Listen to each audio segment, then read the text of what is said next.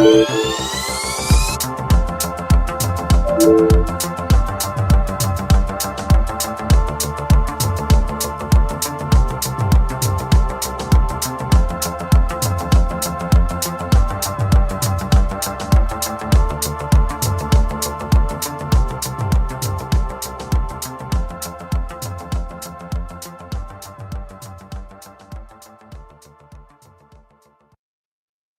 what's happening, everybody? It's me, Robert Phoenix, and we are back for another blazing edition of Sunday Night AstroLive, taking you out into the stratosphere, the cosmos, for the next 2+ hours. And tonight, we're going to have one of my favorite people on, my guy, Zerlith Eternal, and he's going to be breaking down the Elder Futhark.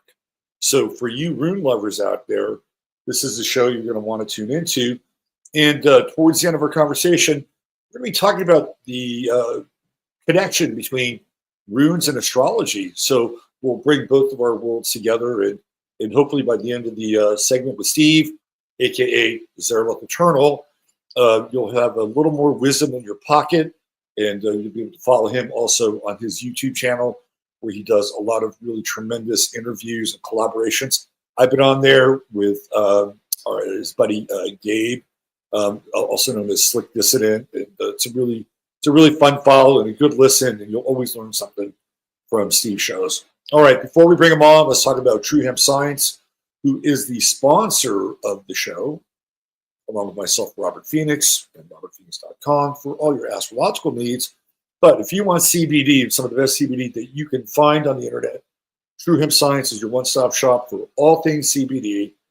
When you spend $100 or more, you type in 15MINS, and you will get the goodie bag. And the goodie bag is like the Whitman sampler of CBD. And you get some gummies and a few other things in there, and it's almost worth the price of purchase alone by itself. Trust me, the gummies are an absolute delight.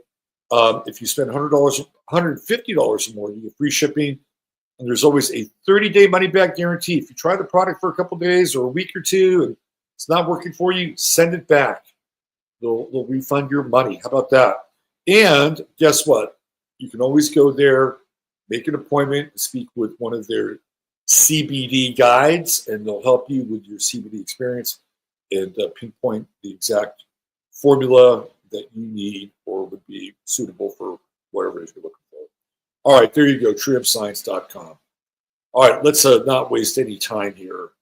If I had a thunder and lightning effect right now, I would play it. I would bring the thunder and I'd bring the lightning for my guy, the Zerlith Eternal. What's up, Z? Hey, what is up, Rob? Good to meet everybody in the chat.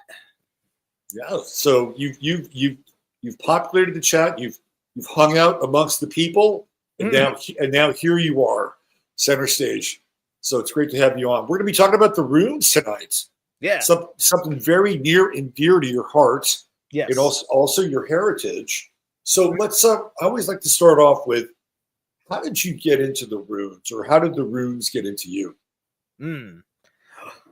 Well, when I, there was a certain point being surrounded by, like the New Age guys, like tapping into all these different spiritual traditions, and it's just like, oh, the Native Americans and the this and the that, and then I kind of noticed that in the cliche sense of white people, I'm just like, is there something here, like, or is it just Christianity and this Romanism-esque thing, which is great, I guess, but I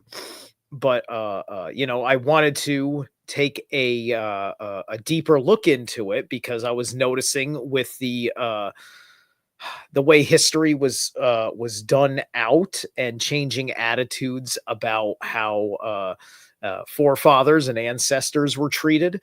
I was just like, so what was the deal with what we were before we were Christian over here?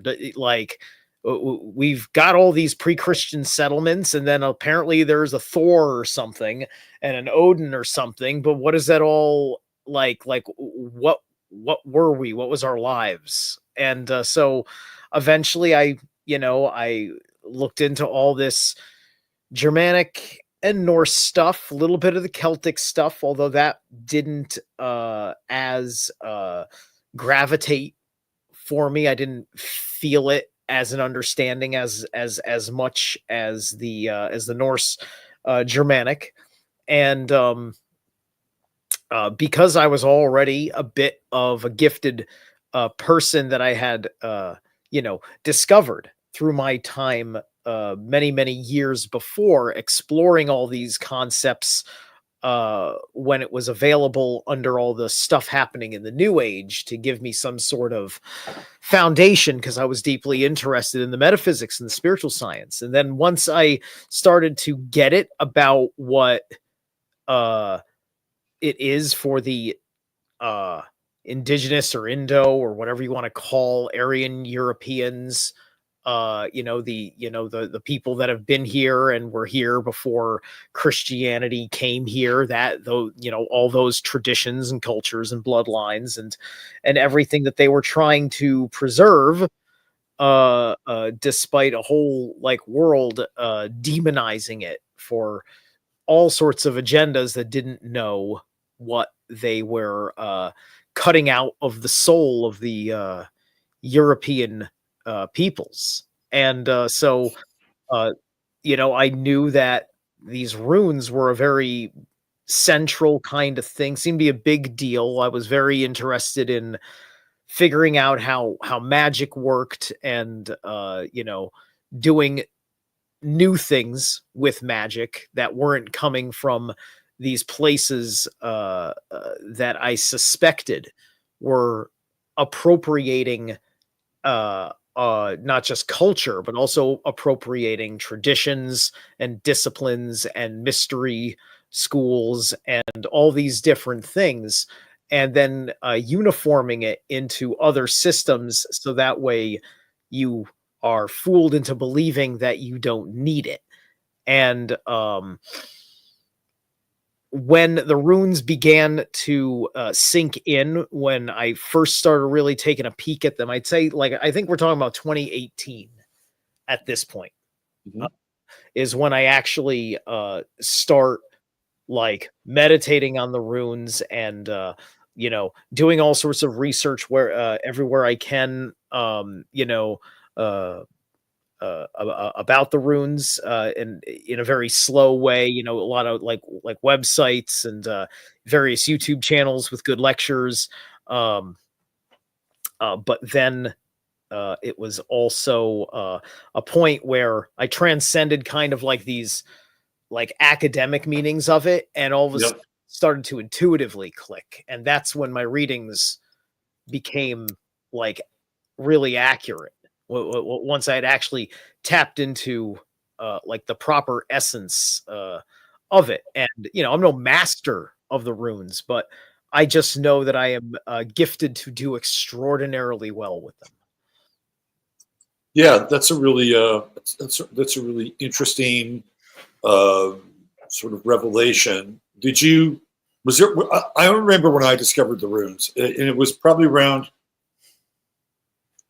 1986, and I found Ralph Blum's book, which was, I think, probably the first book on the runes. You know that book, the little purple book, maroon book, Ralph Blum, Blum. I believe I know about it, because I think it's been cited by everybody in the runosphere.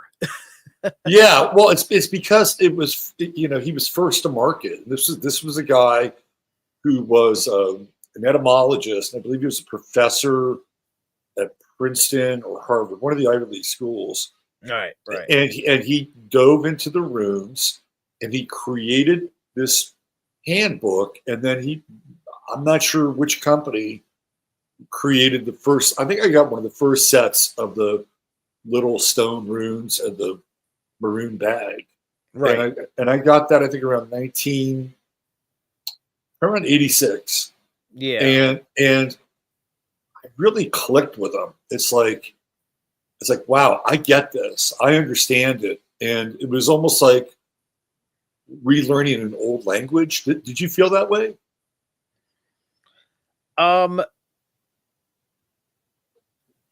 I think, yeah, I think one could say that. I'm not going to, like, I don't know if that's exactly like the first thing. It's just that, like, I had noticed when start using either something in Old German or Old Norse, and I work that off the tongue or whatnot. It works really well for me. But then again, I've been really good, like, with pronunciations of things, because I'd be doing all this stuff on the radio and talking. It's just like, here's an article from something happening in an Arabic country, and I would try really hard to pronounce the name of that Arabic city, right? So I try to say the words in a way where I'm putting myself in the manner in which I think they are most appropriately spoken, right? And so I think that creates that effect when we do that. So for a lot of people, they're not really completely informed, or they don't have a lot of understanding or knowledge about where the runes come from. And I think it might be a really good time to kind of go there and talk about Jotun and the Yggdrasil and everything that kind of goes along with it. So do you want to take us on a journey? Yeah. All right. So the cornerstone story for the runes is from Odin, that is cited in the Havamal. I think it's the Havamal. It's cited where it speaks of how he took this journey to Yggdrasil, to hang from Yggdrasil, and he spent 9 nights hanging upside down on Yggdrasil, and on this 9th day he has to, in order to take up these runes, he has to take his own spear. This is where we get the inversions of how the story of the mythos that they want to weave for Jesus is, with the lance of Longinus. Well, Odin gives himself the jab, right? He stabs himself to end the sacrifice ritual. And with this sacrifice of himself to himself, he is able to take up the runes. And runes mean a secret or a whisper, is the context of what rune means in Old Norse, right?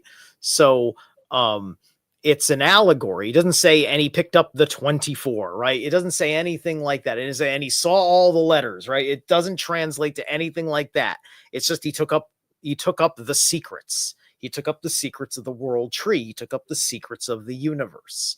That's what the runes are ultimately an allegory for, is the secrets of the universe. The secrets of the universe come from this fundamental infrastructure that quantum physics is attempting to atheize with their ideas like, quote, string theory and so on and so forth. We have the weird with a Y. It's an old English word that also is used in the Norse to explain this the threads of fate, right? We get into all of the sewing and seamstress allegory mythology here, the symbolism, right? Wherever you see women who weave things, or anybody who weaves things happening with spiders and so on and so forth in these mythologies, there's some sort of allusion to someone's fate. It's called orlog in the Old Norse. It would be akin to dharma in the Sanskrit. So, the Elder Futhark, which is the oldest known runic alphabet or secret alphabet, is the system that I work with, and its relationship, all the runes' relationships to the web, is that the web has a particular design in our symbolism. And if I can share, let's see here. If I can, let me see. If I go share screen, I'm assuming it'll let me, right? Yeah. Did you see what I put up here? Did you see what I put up here? Yes. Oh, hold on a second before I do the. Let me take a look at it. Yeah. I see you've got all this right here. I am gonna show a picture of this. This is the symbol for the web of weird. So I have this symbol up. I don't know if the symbol is backstage or not. Can that be seen? I just posted it. Let me see. Is it sharing? Hold on. Let me go to the I can't tell if it's sharing. private chat. I don't see it, but I was just on the weird in. Let me see if this will work here for our purposes. Just grab this. I think this might be what you're wanting to share. So let me throw this up here.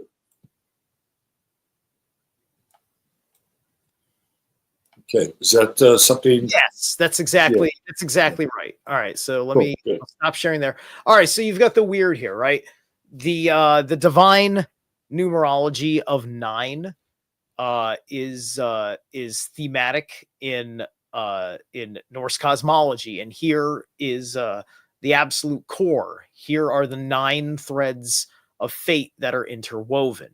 The runes are all in this thread. If you I can see them. I can totally see them. Yep, you trace the lines; they're all there. You know, horizontal line, and then the one line. Yeah, or I'm sorry, the vertical line, one line going across diagonal. That's your Nothies. The X is your Ebo. You can run a certain way. You'll see Barshkana. This is all the other Futhark runes, and I believe this also works for the younger Futhark. I can already see the younger Futhark Hagalaz in there. So all these different Futharks are all different variants on this. The weird, the one that kind of falls in a strange place is Yera. Yera's interesting because Yera is the only rune that is segmented. It is 2 images that are implied as one because they are interlinking, right? And so in runic symbolism and sigilism, you know, when you see certain ways that they interlink chains of rune, that's often they're binding it with a Yera, with a augmentation of a Yera rune in the spellcraft, right?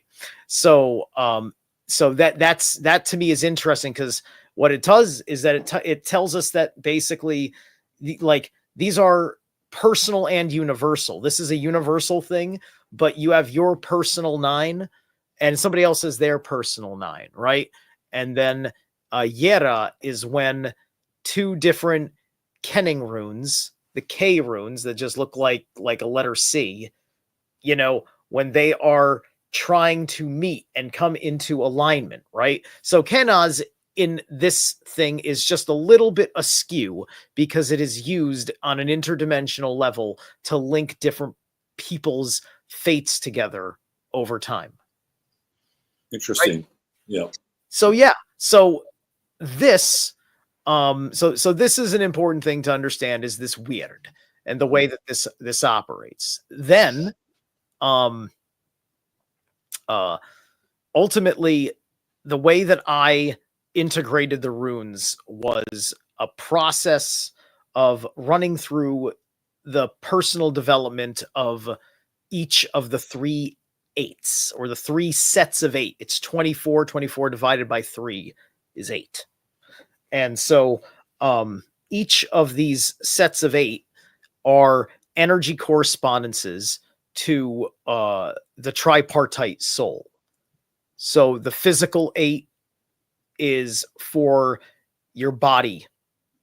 The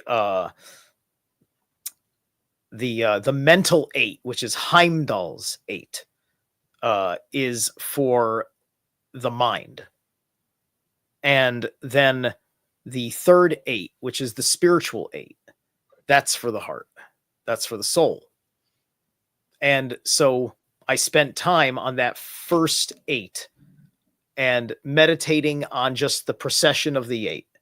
Fehu urus, thorisaz, ansus raido, kenas gebo, unyo. Right? And what that meant in personal development. These are the first 8 right here. Feyu Yeah. uros thorsias ansus reto kenas gebo wunyo. So those are the first 8. This is Freya's 8, Hegel's 8, and Tyr's 8. They've even got the 8 in there, spelled AETT. So are these 8s also related to the 3 Norns?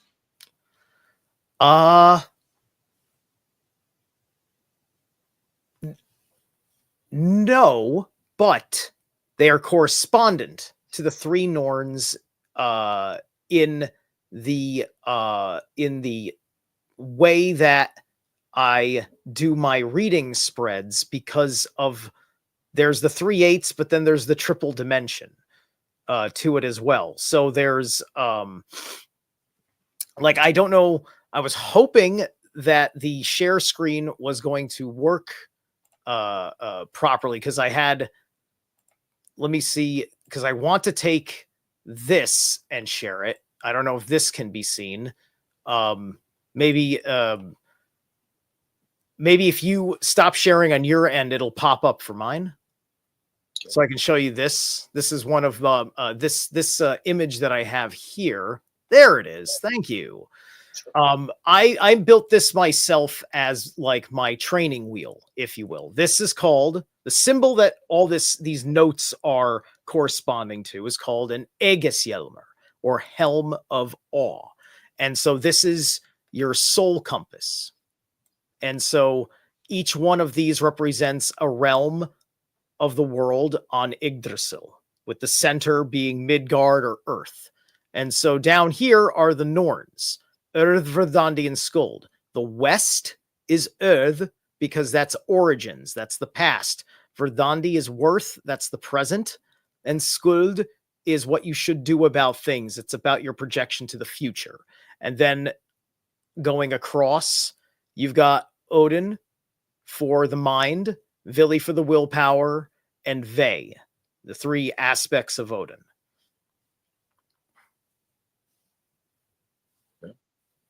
And so the 8 run, if you look at the 3 bars on these Jed pillar-esque lines, the inner bars, I worked it out, that's the physical. So that's Fehu, and then that runs around, right?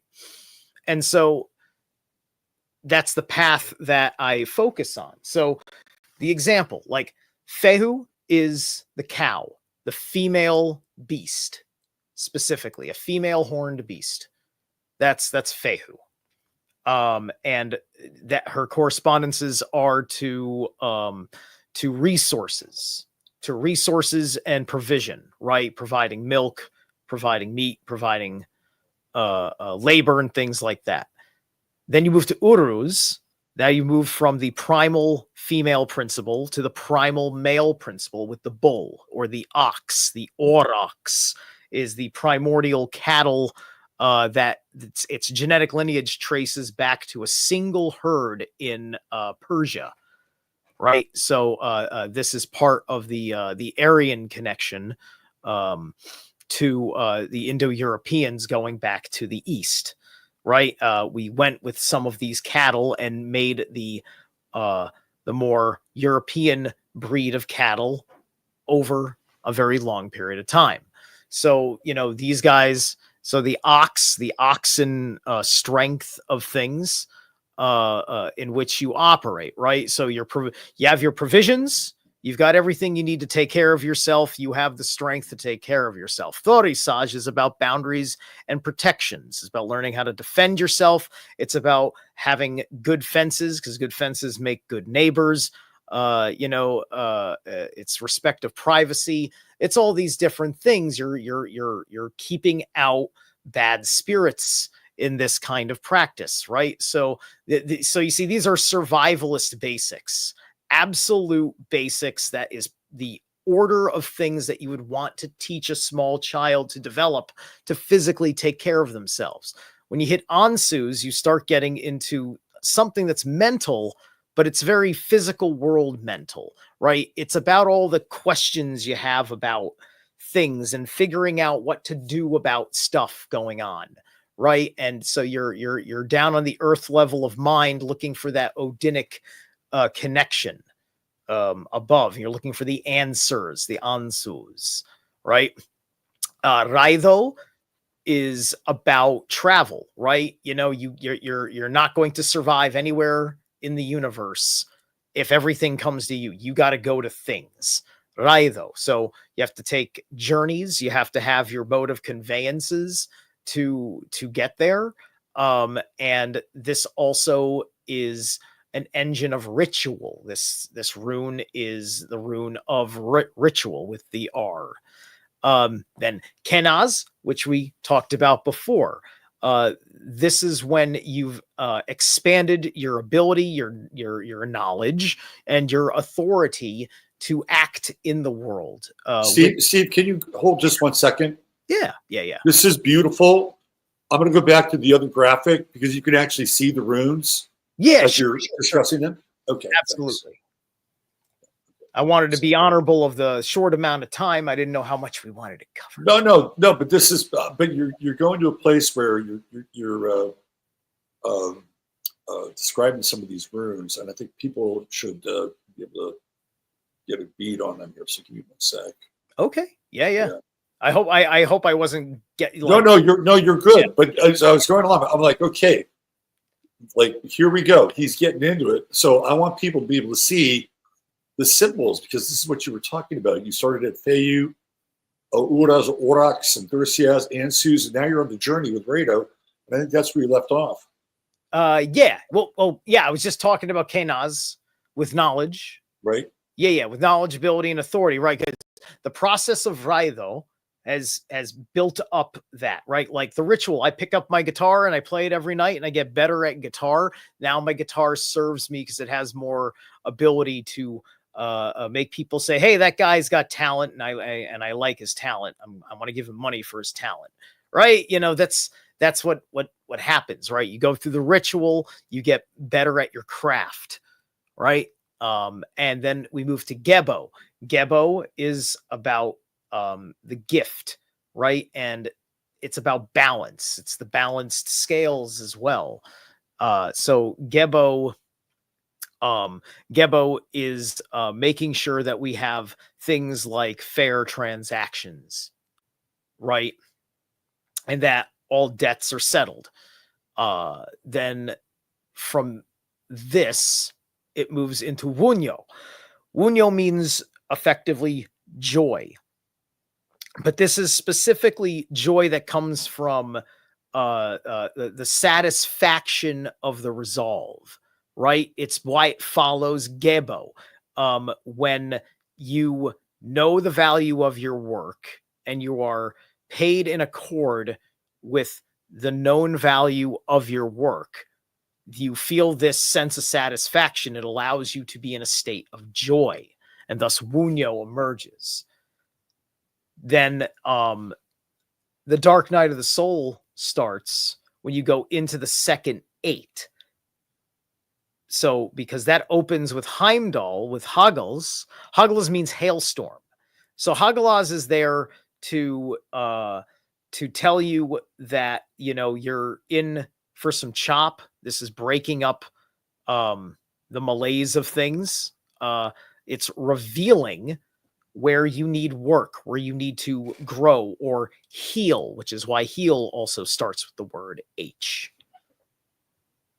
Hagalaz is very Uranian, right? It's got that ability to sort of bring the thunderbolt and destruction. Yeah.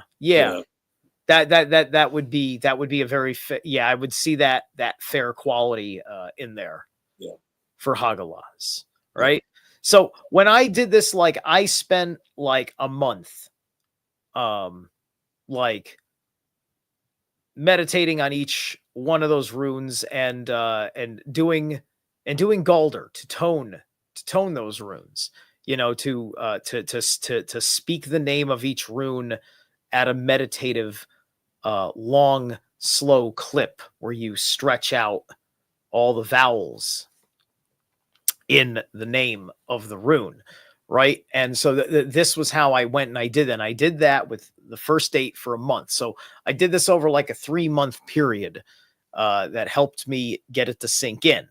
You go into that mind section now when you're hitting Heimdall. So we mentioned you got the hailstorms.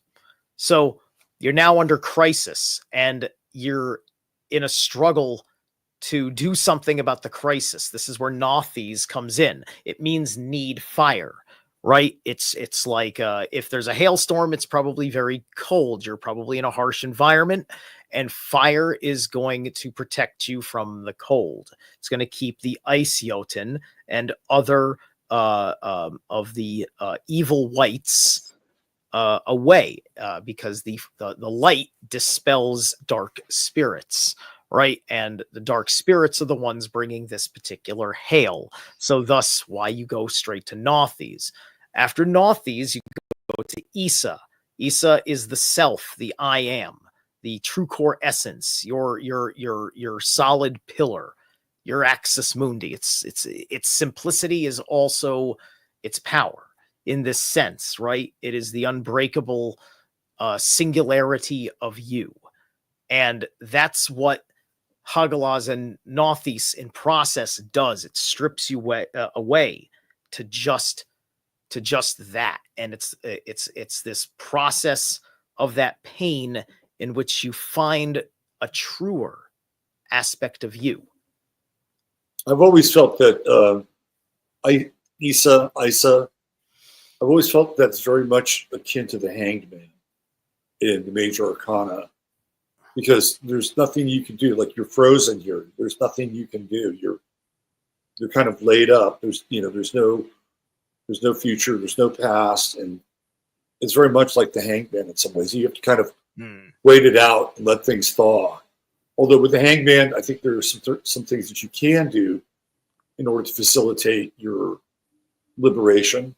And that can be anything that's non-egoic, but they feel very similar to me. The inability to affect change on one's life in a meaningful way at that time is something I think they both have in common. With Isa, to me, it's very much the Hermit card. For me, it's Uwaj, which is 2 runes next over in the place here, is to me the Hangman card. Yeah. Right? It's a little bit of the Hangman and it's a little bit of the Death card in one rune. And I'll explain that a pinch more after I get back on the gun with Yera, because once you find yourself, you're gonna be spending some time like getting to know the true you. And this is Yera. This is you working on that integration. Remember how I talked about how they're askew of each other, right? So this is that emerging there's this merging process that it's looking for. And then this period of time is also, because you've kind of found yourself in this way, you end up making a lot of new painful choices, knowing what's right for you. And it puts you in like Dark Night of the Soul kind of stuff. This is when Uwaj is coming in, and it's really putting a berry to the past, the last bits that are holding you back from your full potential. Your full potential is then discovered through Perthro, which is the next rune. This is the Lot Cup. Isn't the word defense or defensive or setting up a defense also associated with Awaz?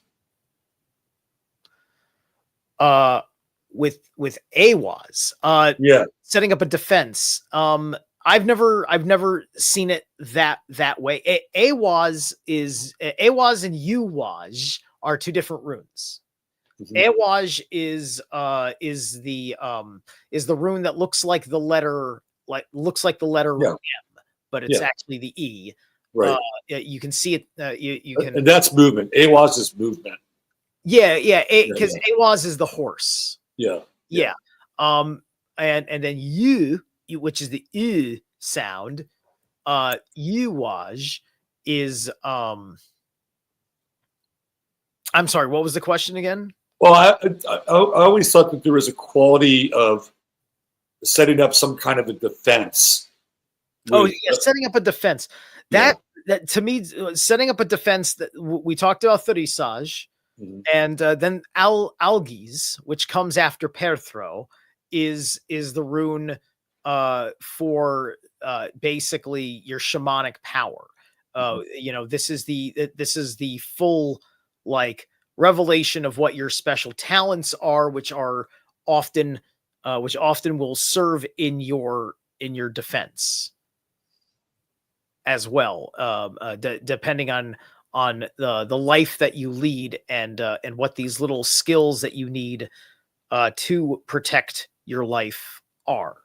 Right, Perthro, I was explaining, it's the lot cup, and it's also the birth canal.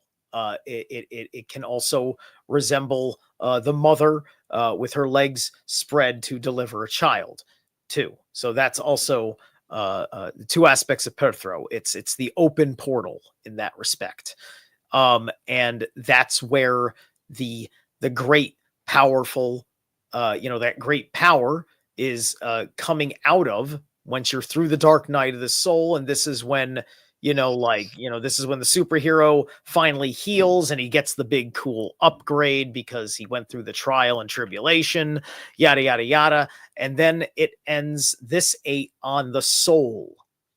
Soul, right? And the soul is like, it's like the rays of the sun. There's two runes that are correspondent to the sun, and then Saul is one and Dagaz is the other. And so with this one, it's basically like you've with the second 8, you've reached soul maturity, and or at least soul awareness, perhaps. And then you can go on into the spiritual 8 with Tyr. And this sun, for people that aren't aware, is based on this system. It is actually a feminine symbol of the sun, whereas in other traditions, the sun is seen as masculine. Right. But in the North, because the sun isn't as strong or as powerful, it's more known for its life-giving properties, and in that regard, it's feminine. So I always thought it was a really interesting definition of the sun. Yeah. I think it's because I think it's the way that they play with the sky, the sky gods, or they're kind of more Jotuns than gods, I would say, if we're getting really technical. But you've got you've got the night goddess. I think her name is Nit. It's very close to many other goddesses of the literal night, like the one in Egyptian mythology, right? And she is supposed to be married to Tyr, I believe, the night goddess, and so that would be why the moon is masculine for the night goddess, and then for the feminine sun, you've got the day sky. Is a masculine deity, which I can't remember which deity represents the day sky itself at the moment. But anyway, I believe that that's one of the elements in why it's flipped in the Norse, or at least it's another correspondence that keeps the consistency with the flip. But you go and you begin the spiritual developmental process. So Tyr is about your lessons in right and wrong, and your lessons in good judgment. Like, are you taking right action? Are you following? Are you truly following the deepest desires of your heart. You know, do you know yourself to know the deepest desires of your heart, which is why you correspond back to Isa for that kind of thing, right? And so that's the masculine, that's the divine spiritual masculine principle goes into Berkana, which is the spiritual feminine principle. This is the pregnant mother. It's a very it's a very kind of Frigga, goddess Frigga, you know, the all mother. You can almost see that here, where like this would be the breasts, right? And this would be the belly. Exactly. Yes. Yeah. Yep. That's the most usual correspondence that anybody divinating or magically inclining with these runes to forms do. Through these relationships with this masculine and feminine spiritual principles, you come to Ehwaj, which we talked about before. This is the rune of the empath. It represents the horse, the relationship with the horse, which is a highly empathic land creature. And so this is you and your ability to have empathy and emotional maturity. Then from here, that makes you a healthy fit for mankind to step into your place in the world. This is Manas, right? Manas is the mind, it's the moon, and it's man as in mankind, right? So in this position, that you know, is not just about you and the overall of your intelligence and wisdom, but it is also how it is applicable amongst your peers. When you're working together as a team, are your ideas and knowings about what you're supposed to be doing part of the highest and greatest good of the collective goal, right? You know, whatever, like the agenda at work, so on and so forth. It's also Wunjo upright and reverse together, right? This is like one version of Wunjo, and then here's the reverse. You're right. Wunjo. Yeah, the mirroring. I love the mirroring aspects to runes, right? Because some of the runes are connectivities of different runes, and you can slice that in different ways. Yeah. And find all these different things. So you have Wunyo and Wunyo facing each other, right? And so this is two people at joy and satisfaction. Right. You see how right. Well, there's one of them doesn't have satisfaction, right? Because it's reversed, and the other one does, but they're coming together to make a whole. Well, that's not right, but you know, when it's mirrored. When it's mirrored, I would, it's no longer representing a blocked energy on the other one's part. It is just expressing the direction that the energies are going, in which the directions are coming together. Are they coming together in harmony or in conflict? And if Manas is upright, it's implying harmony. If I'm in a good mood and I'm staring in the mirror, hey, look at that. That guy in the mirror looks like he's in a good mood. Right? Because I'm in a good mood. That's also corresponded to empathy, which you look at Awaz. Awaz is just Manas with the two lower bars Xing out the center. Right. And so those are all little things that one pays attention to as they grow in their understanding, right? All the runes are 90 and 45 degree angles, with the exception of Isa that has no angles. Right. Yeah. All right. So we move into Laguz after we've gone through the mind. And Laguz is, this is, now you're at the ability to handle like stuff of the unconscious. You're able to go into the deep. You've become a deep person at this point. You're not shallow. You care about things on multiple levels. and all that stuff, right? You know, you're above the profane now, like we are. Once you've reached this state, you can go through the greater alchemical transformation because of your ability to go through the blackening phase in a certain way. And this is Ingvaj. This is the fire of Ingnoir Frey, which is a more primordial version of Freyr as a god of the fire and hearth, right? So this is like the fire underneath your cooking pot, transforming the contents into something of great nutritional sustenance for you.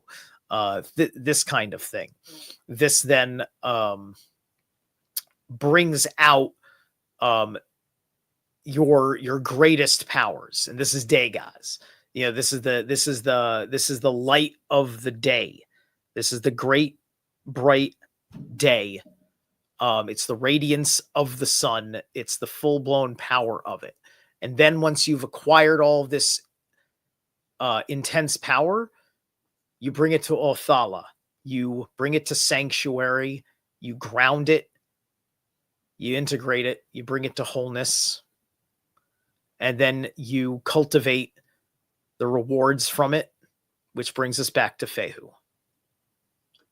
So one of the things that I notice here, and I'm sure you've dialed in on this as well, is that the final rune in these 3 sets of 8, Othala, is also a symbol of Pisces, the fish, which is the last sign of the zodiac, and also is representative of the 12th house, which is the final house in the navigation or peregrination around the zodiac.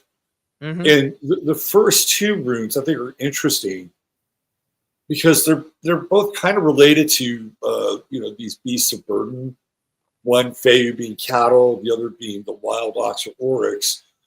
And so if you were to like align oryx with Taurus, it would literally be the second rune, right? And if you align Fehu, even though it's cattle, with Aries, it would be the first rune, and it would kind of follow this interesting astrological sort of, peregrination around the runes. Now, they're not going to be one-to-one, obviously. Right. But what's interesting, too, is like when you get to the 7th rune here, Gebo, it's also known as partnership, right? It's a partnership rune, as well as gifts. And that would correspond with Libra, which is also very much related to partnership. So there's some interesting correspondences. They're not one-to-one, but I find some of them to be really fascinating. And let me get your take on this, Z. Really, with the, I'm going to bring up some stuff here in a minute with astrology and the runes. And there's this one source that I found that is pretty interesting in terms of kind of aligning the runes with certain astrological signs and degrees. And according to this information, the runic New Year starts in June, right around the summer solstice. So this would be the start of the runic New Year right here. And then as you go through the summer solstice, eventually, if this is the summer solstice, and you follow these 8, you're going to get into the icy part of the year here, right? Like going from summer to fall, it gets kind of dark and icy, and you get the winter sun breaking. Right. Because, right? if Yera is popping up around, Yera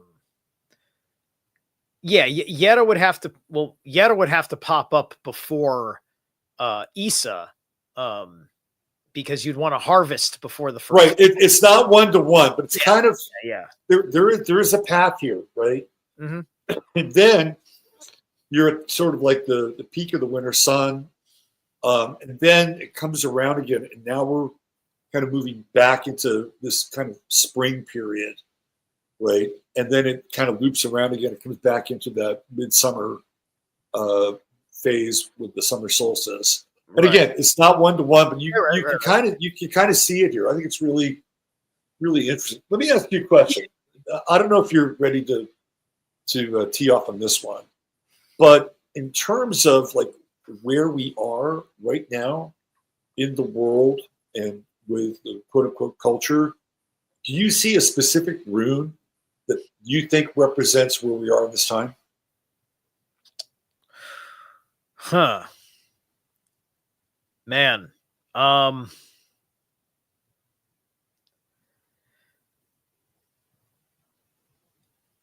mean, it's certainly my feelings have been in general been Hagalaz, but then again, this retrograde period has been murder, so it might just be that. It's Hagalaz for me recently, and it's not even horribly bad Hagalaz, although I suspect some stuff. You know, it's like, you know, I don't like where things are going. I'm very agreeable to the tone of you and Russ on the Friday show. Yeah. Oh, Mario from Symbolic Studies is here. What's up, dude? What's up, Mario? So when you have too much Hagalaz in your life, that's when you break out the Haagen-Dazs. Yeah, because if you don't break out the Nauthies, you're just gonna surrender to hopelessness and pack on the calories. Yeah, You're gonna overfehu it instead of over Fehu. So okay. So you would go with maybe we're in a Hagalaz period in general. Like, you think that's where we are? Like hailstorm, destruction. We're in this kind of Uranian kind of like breaking down sort of phase. Yeah.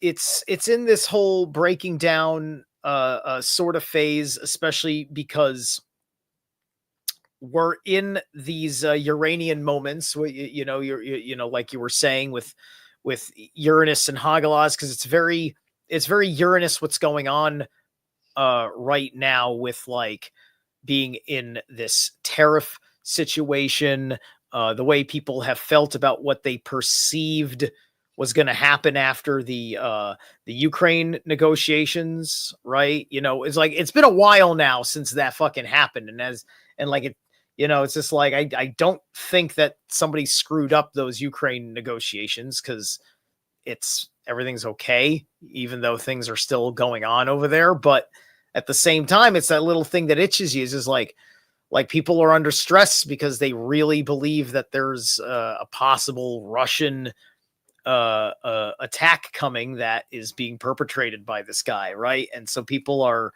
acting accordingly, and then you got to go out into life with these people with these little sub stresses, and it's those little sub stresses that were triggered in 2020. The first time around, we were really worried about these things, but we hadn't seen an absolute collapse of the security infrastructure that we sort of believed in, right? We're still dealing with the condescending and aggressive gaslighting and passive aggressive threats and stuff coming out of the media. That's like, you know, there's a lot of people that don't say anything, especially if it's men surrounded by women that agree the other way around. It becomes very hard to do it when you just can't open up with people. That's going to cause that's like the pressure. That's like the hailstones building up over your head because, you know, you didn't do enough with Nauthies, right? You still need more to deal with the storm. Yeah. So do you think if we're here, right, that we're in this sort of triune set? Like, right. This is where we are. Interesting. Yeah. It's you know, I'd say most people are there with Hagalaz, Nauthies, and Issa, right? Because we definitely know that we see people that have gone through a lot of shit, did what they actually had to do, and then found themselves, you know, and are a little bit more individuated and would make Young a little bit happier about the future of at least a few lives on this planet. Right. Interesting. Well, I know that there are a number of illegal immigrants that are having to deal with ICE right now. Right. Yeah. You see, yeah, there you go. I wasn't even thinking, even in that term, Yeah. And ice, and it's the law, and the president is going to be Mr. Posture of the law. Yeah. And then you deal with this obscene argument because the people that don't like the law, they just want to change policy and not do what it takes to change the law.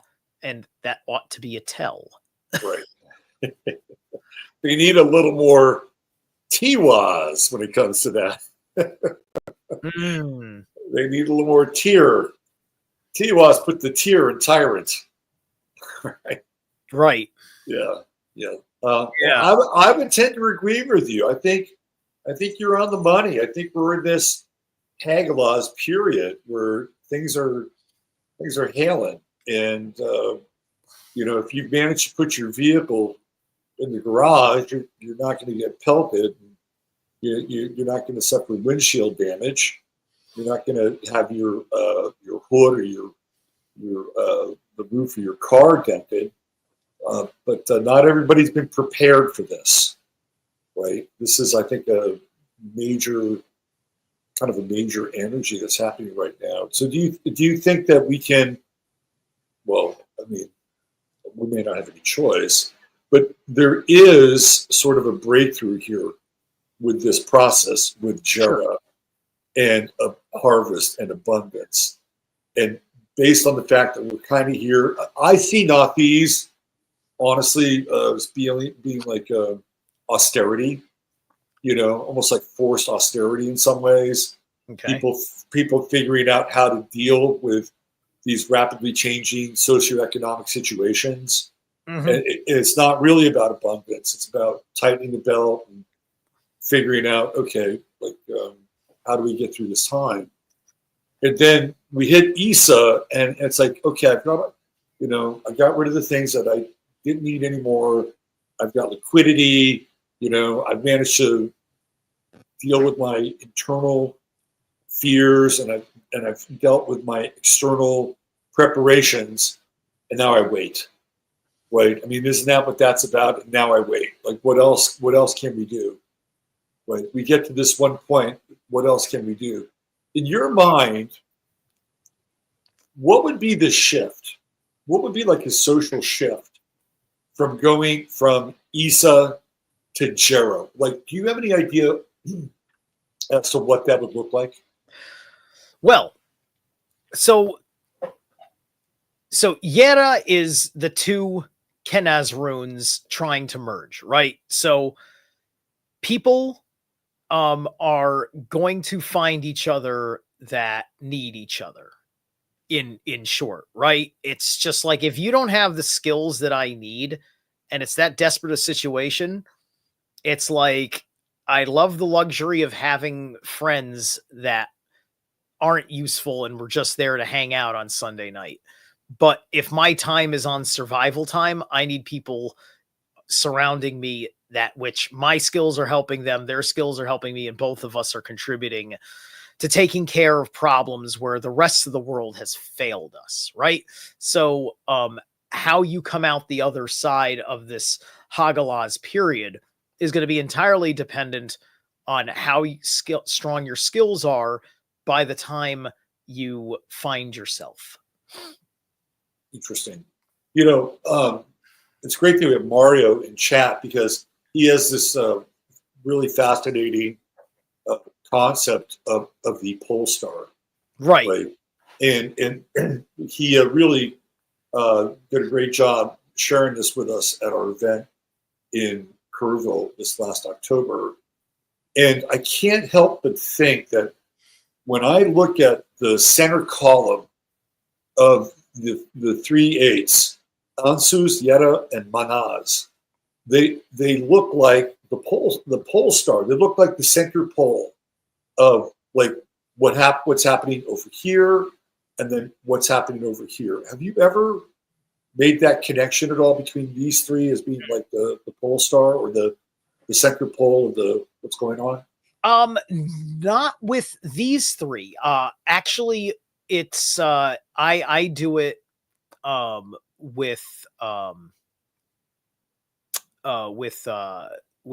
Fehu, Raido, Laguz, and Iwaj, because those guys are all and Hagalaz as well, because all of them are running down the central axis. When I do it, So you were saying Fehu, Hagalaz, what were the other ones? yeah, okay.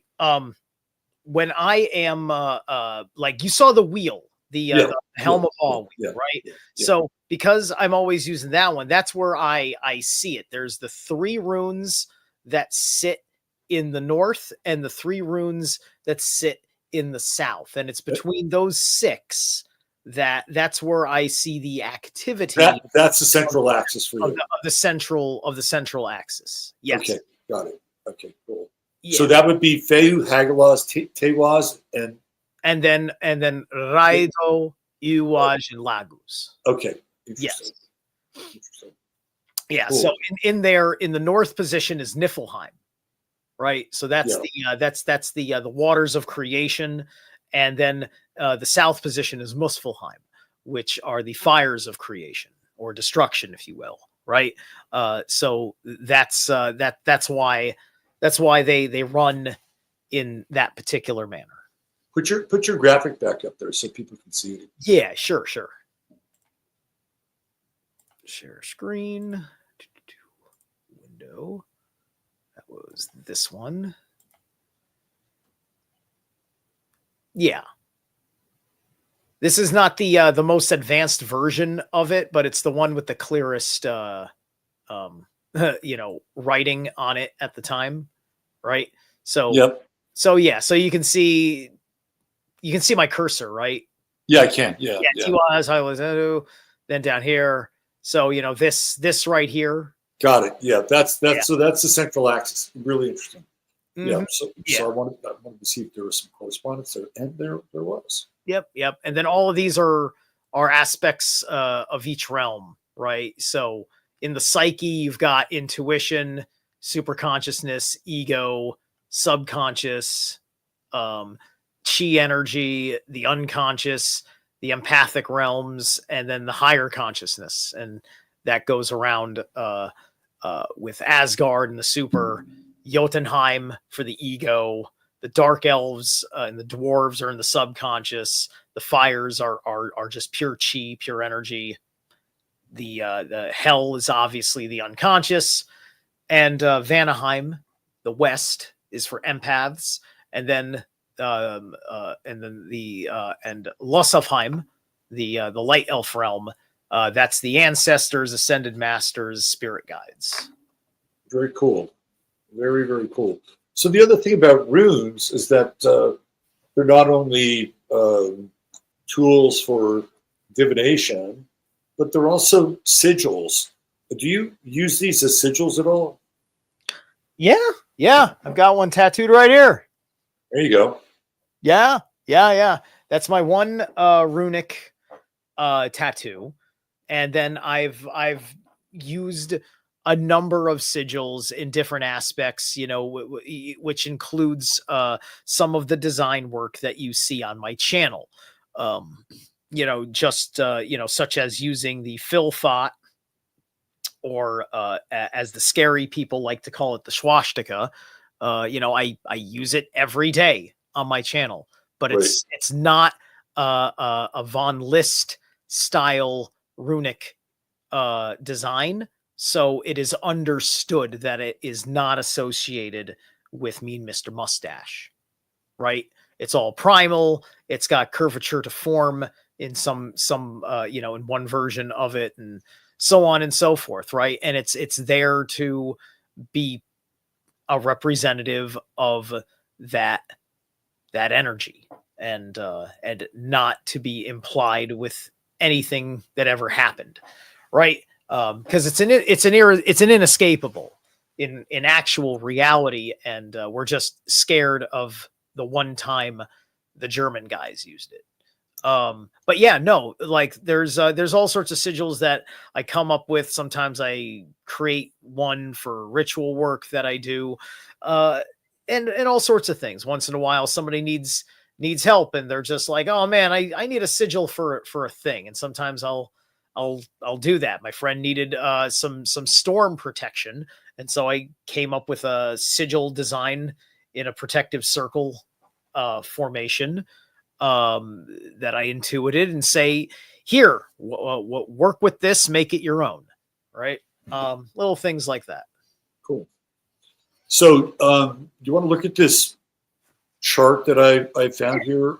Yeah, let's bring this up. Let's take a look. It's 9:07. You want me sticking around? Yeah, let's do a little bit more of this here. All right. So this is the kind of the astrological correspondence that I was able to root out here. And this starts with the astrological new year, which is June 21. Let me go back here. Let's do this.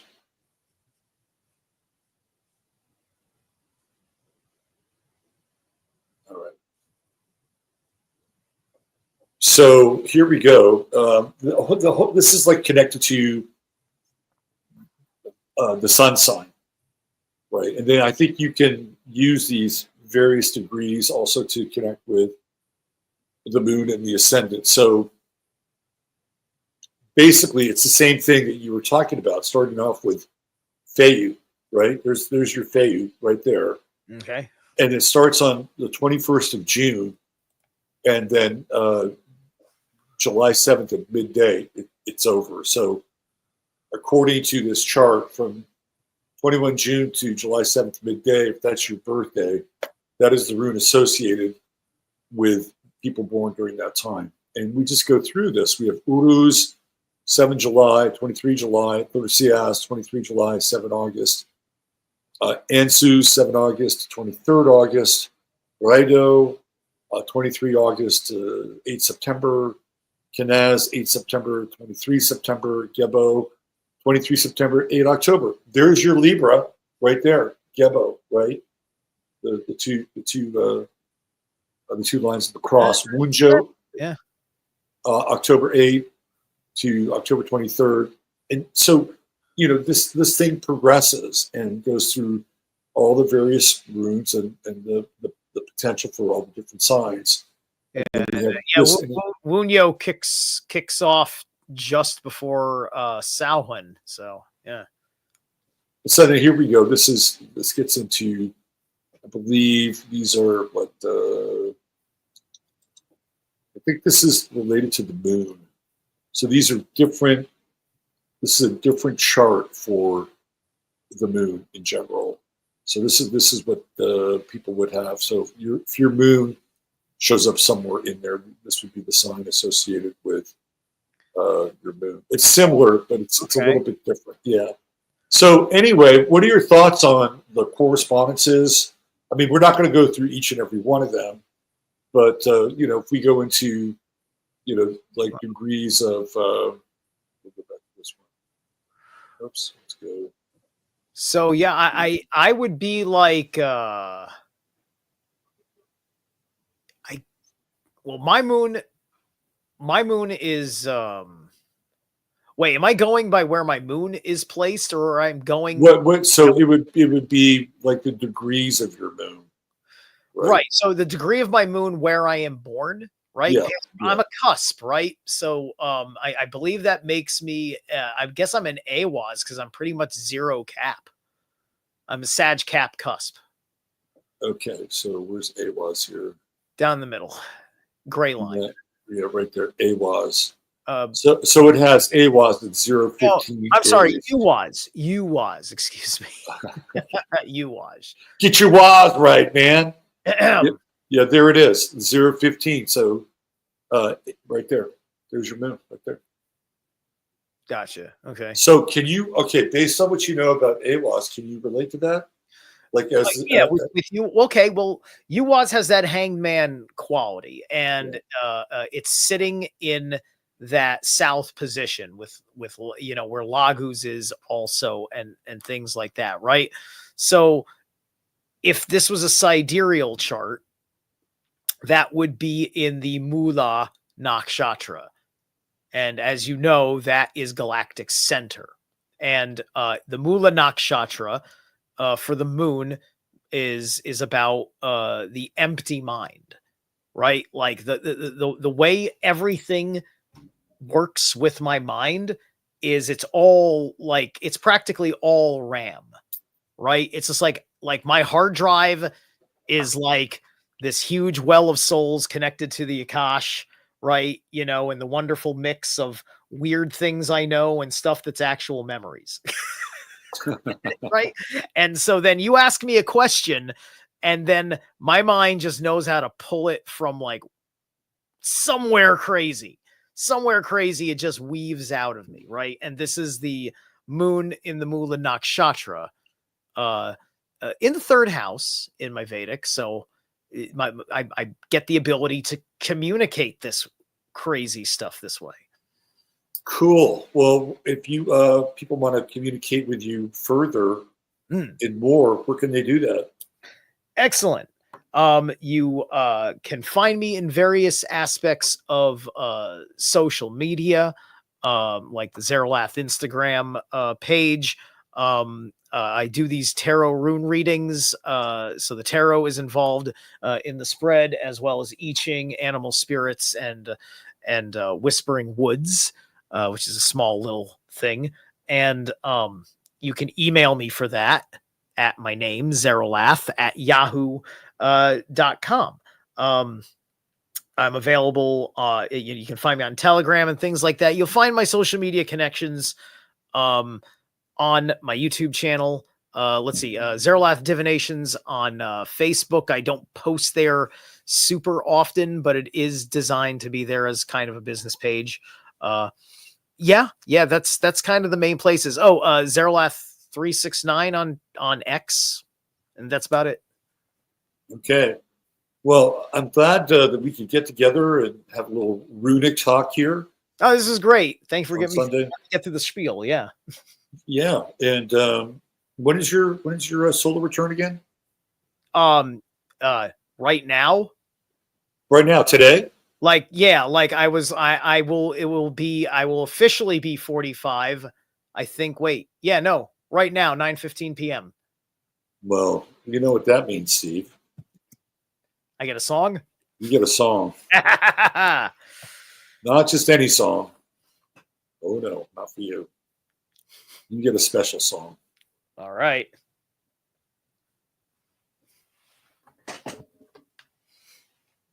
You get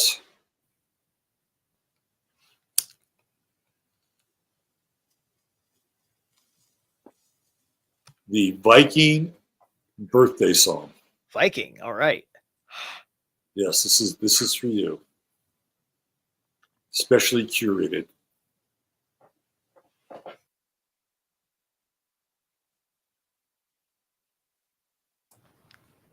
Happy birthday. Happy birthday. Doom and gloom and dark despair. People dying everywhere. Happy birthday. Happy birthday. May the candles on your cake burn like cities in your wake. Happy birthday. Happy birthday. Burn the castle, storm the keep, kill the women, save the sheep. Happy birthday. Happy birthday. Birthdays come but once a year, marking time as death draws near. Happy birthday. Happy birthday. Now that you're the age you are, your demise cannot be far. Happy birthday. Happy birthday.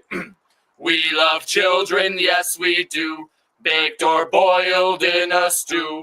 Happy birthday. Happy birthday.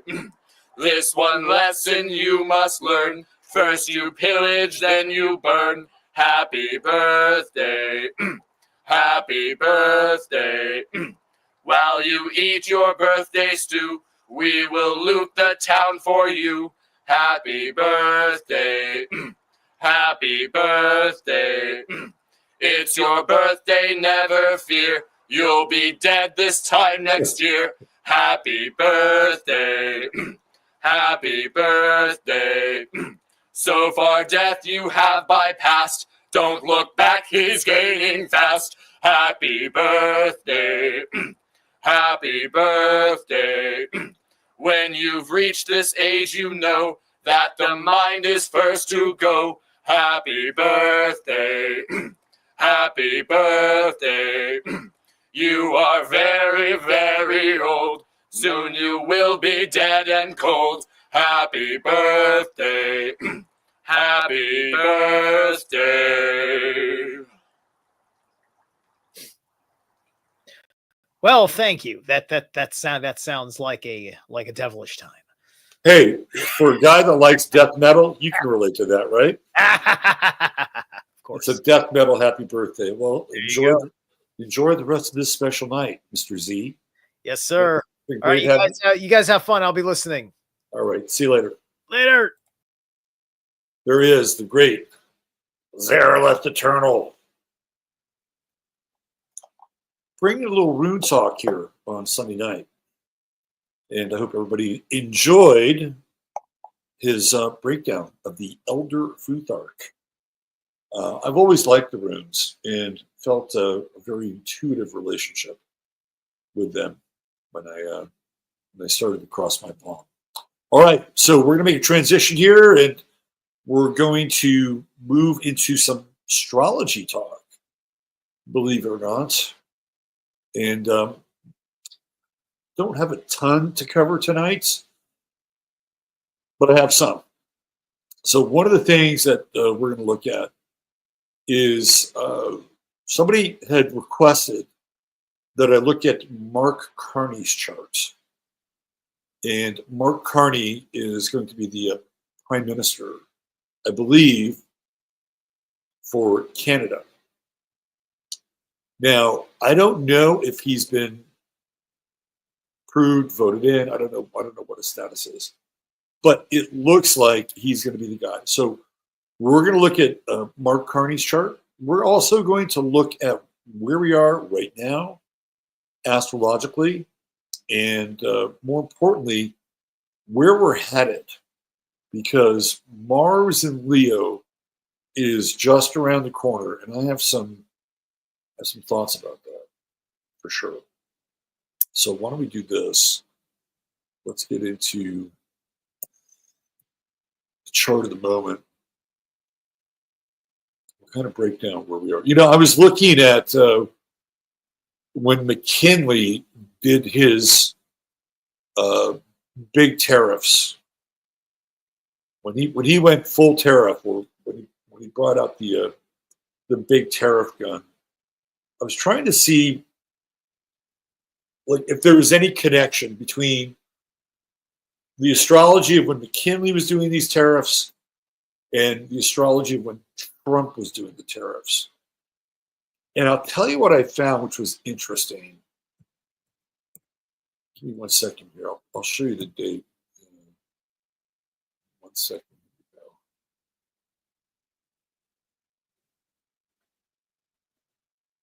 So McKinley raised the tariffs on October 1st, 1890. Okay. What's really interesting is that when Trump did his Liberation Day, it was on the exact opposite side of the zodiac. And if you take out a leap day, it would be exactly the opposite. Right? Even though we're not in a leap year this year, we were in a leap year leap day last year. So Trump's Liberation Day was April 2nd. It's one day. Again, that would be, if you're accounting for a leap day, the complete opposite of McKinley, October 1st, 1890. Let me show you what that chart looks like. because it's a very different looking kind of chart. Let's do this here, tariffs. So we have October 1st, 1890. What's interesting about these tariffs that Trump did on so-called Liberation Day, they were done during Mercury retrograde and Venus retrograde.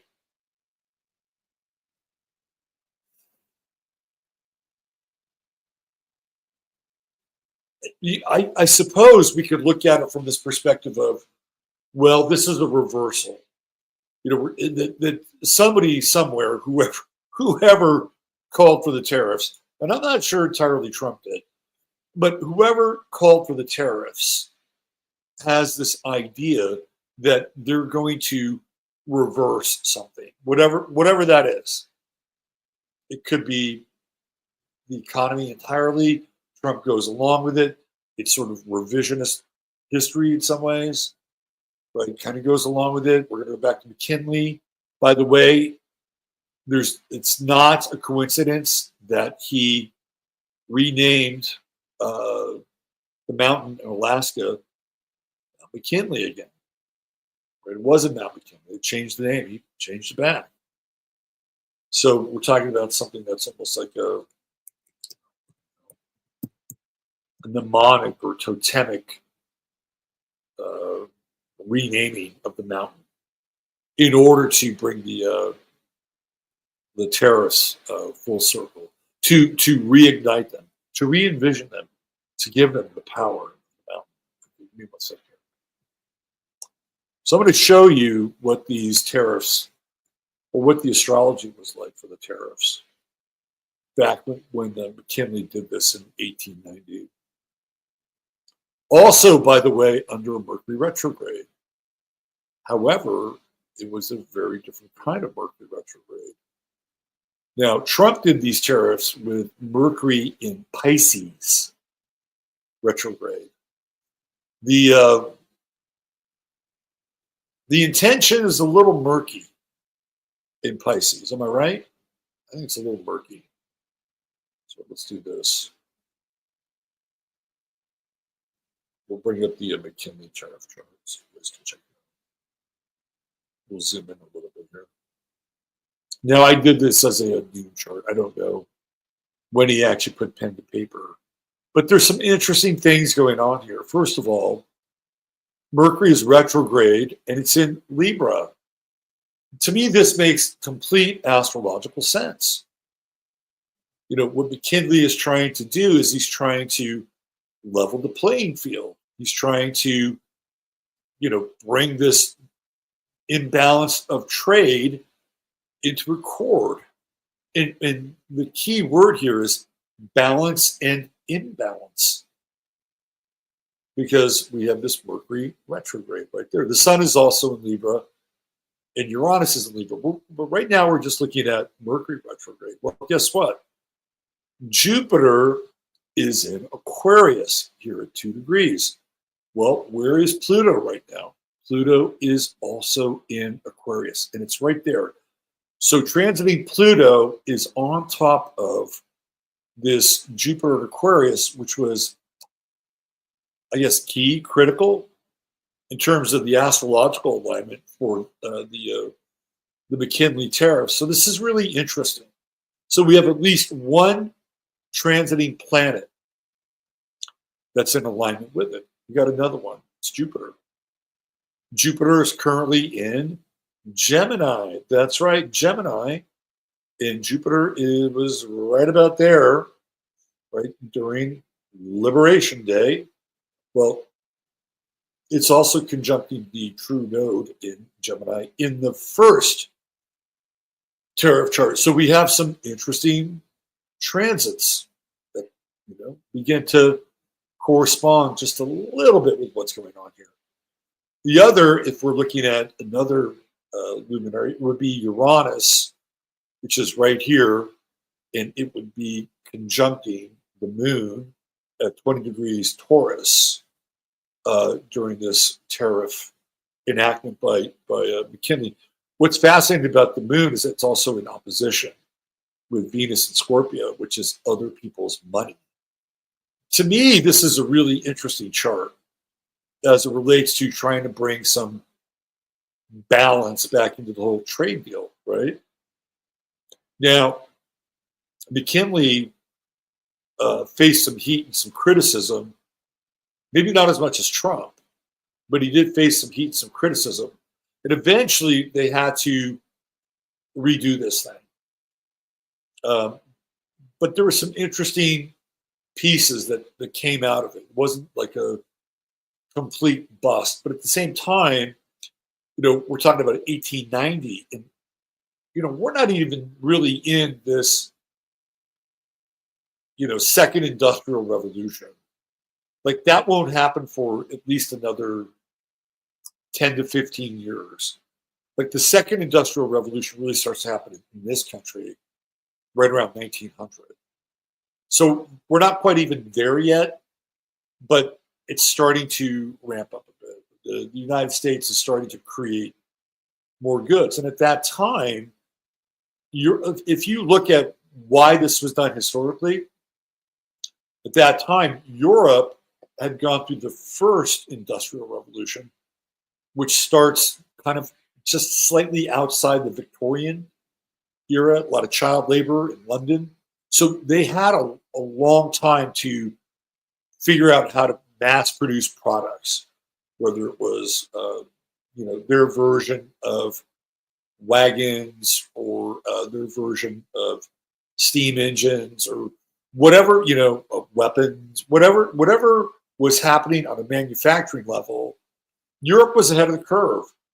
They were doing it before the United States. So we're not going to get into Tartarian territory, although we probably could.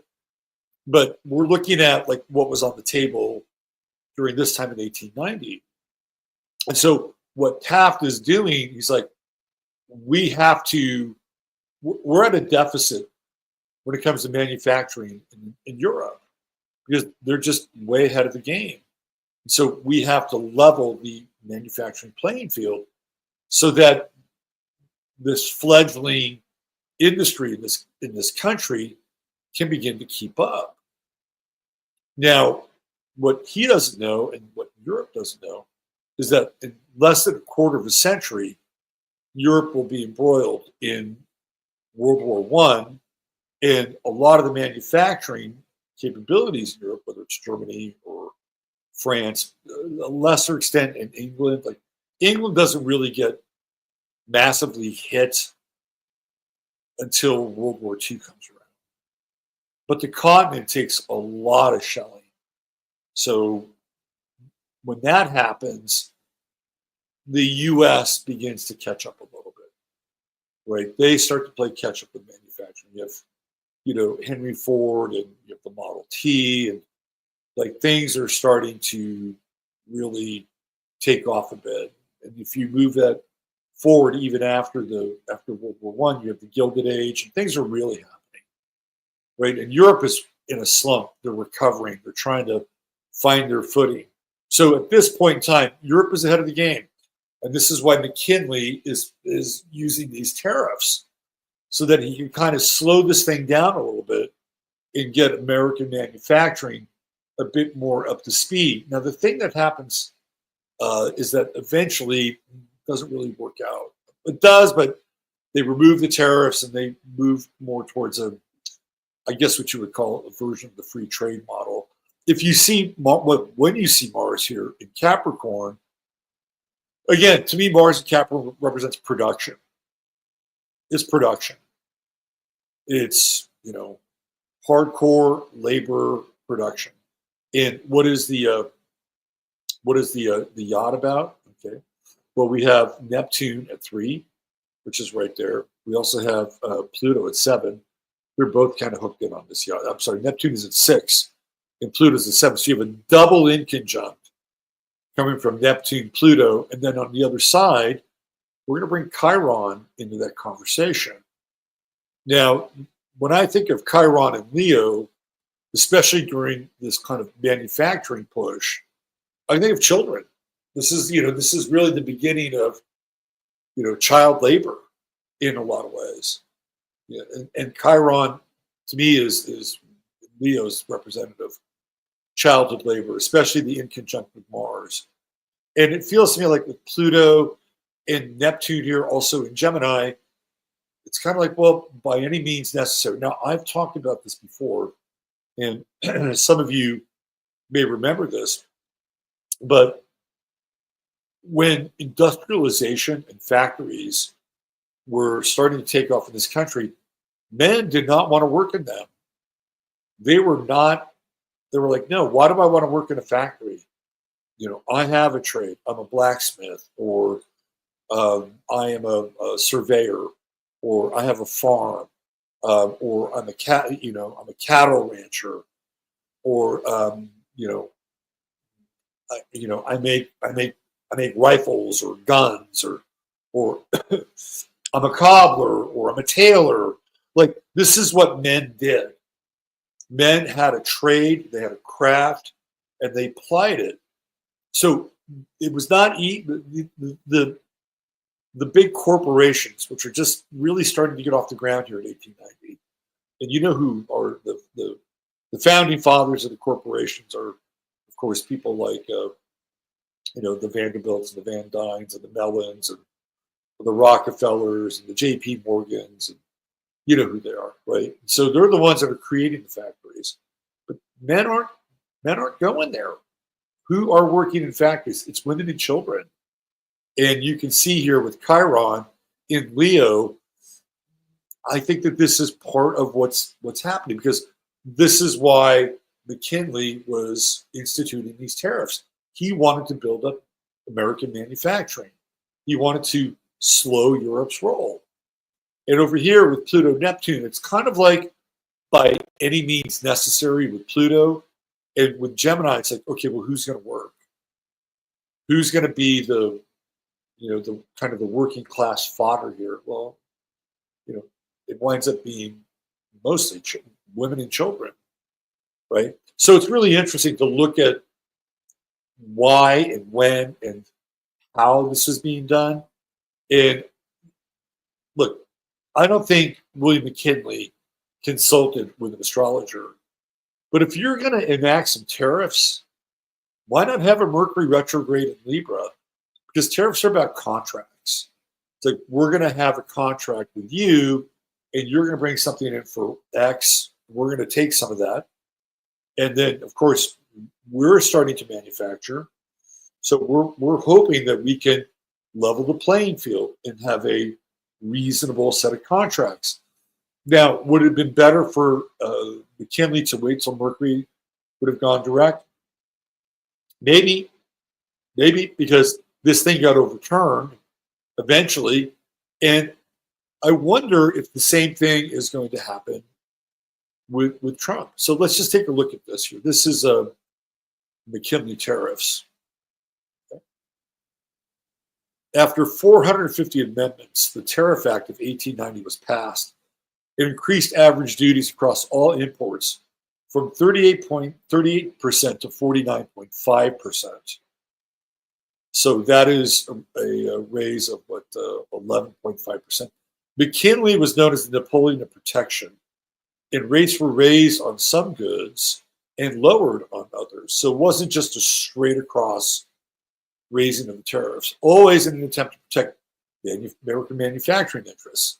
Changes in duties for specific products such as tin plates and wool were the most controversial ones and were emblematic of the spirit of the tariff of 1890. The act eliminated tariffs altogether on certain items with the threat of reinstatement as an enticement to get other countries to lower their tariffs on items imported from the U.S. The act removed tariffs on sugar, molasses, tea, coffee, and hides, but authorized the president to reinstate the tariffs if the items were exported from countries that treated U.S. exports in a reciprocally unequal and unreasonable fashion. The idea was to secure reciprocal trade by allowing the executive branch to use the threat of reimposing tariffs as a means to get other countries to lower their tariffs on U.S. exports.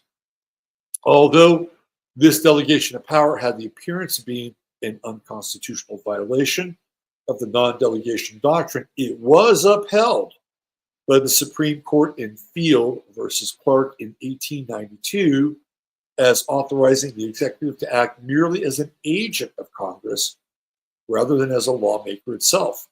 The president did not use the delegated power to reimpose tariffs on the 5 types of imported goods, but he used the threat of doing so to pass 10 treaties in which other countries reduced their tariffs on U.S. goods. So what he's doing is he's trying to rebalance the value of trade. Mercury, retrograde, Libra. So it gets into tin plates and wool, and then what happens? The tariff was not well received by Americans who suffered a steep increase in prices.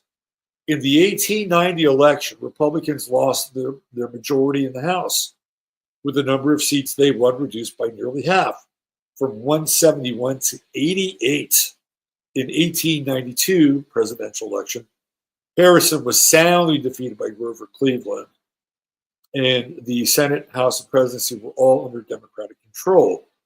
Lawmakers immediately started drafting new tariff legislation, and in 1894, the Wilson-Gorman tariff passed, which lowered U.S. tariff averages. The 1890 tariff was also poorly received abroad. Protectionists of the British Empire used it to argue for tariff retaliation and imperial trade preference. Okay? So it wasn't really all that popular, right? I think that the biggest hit was to the Republican Party. Republican Party. So I understand what McKinley was trying to do, and I understand what Trump is trying to do.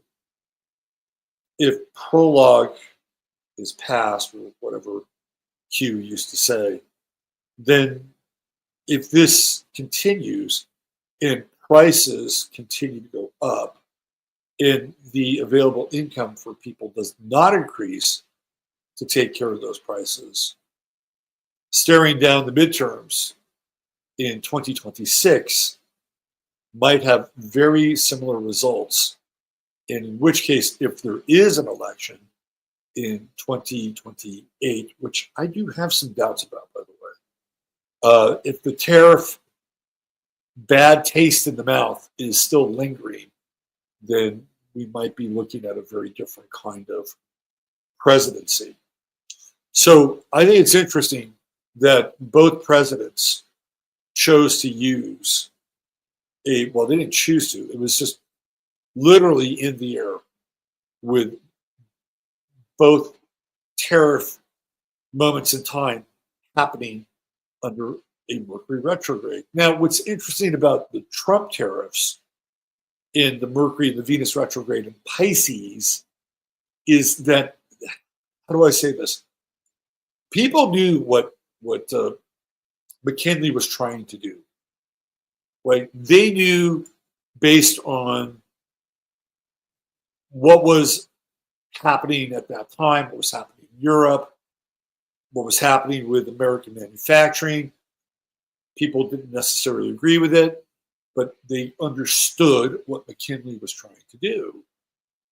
And I think astrologically with Mercury and Libra, it does make sense, even though when you look at the chart, Mercury's behind the sun. So it's kind of occulted, right?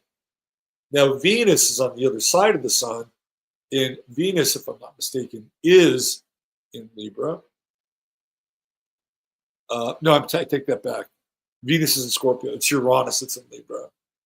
But I feel like with Trump and Venus in Pisces and Venus and Mercury in Pisces, both retrograde, both occulted, and both behind the sun, people are trying to figure out what the hell is going on here. Right? What the hell is happening? Is this just, hardcore art of the deal on steroids? Is that what's happening? Are we looking for Trump to, or we're looking at Trump to get a rise out of some of these foreign countries? Or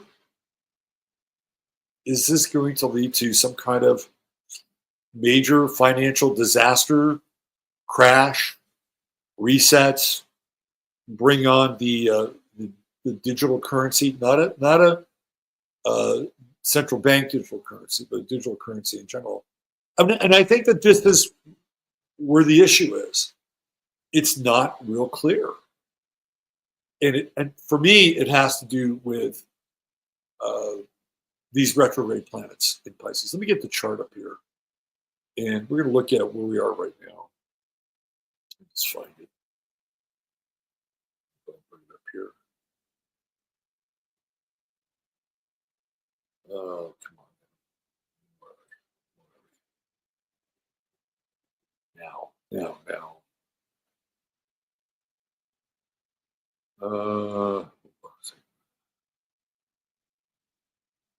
Just had the damn thing, right?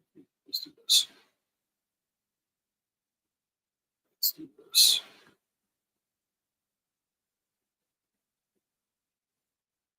All right, 6 April, 8 p.m. Let's go.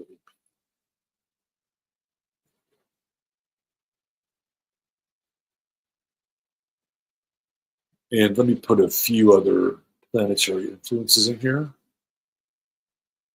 And bring this thing up.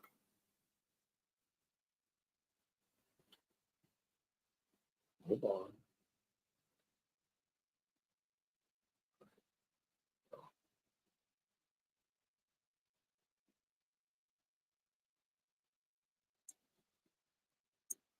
Okay.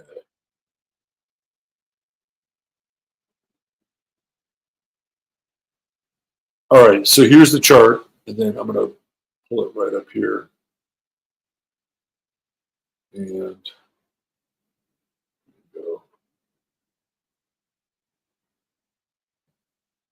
Okay, so you can see where Venus and Mercury are retrograde.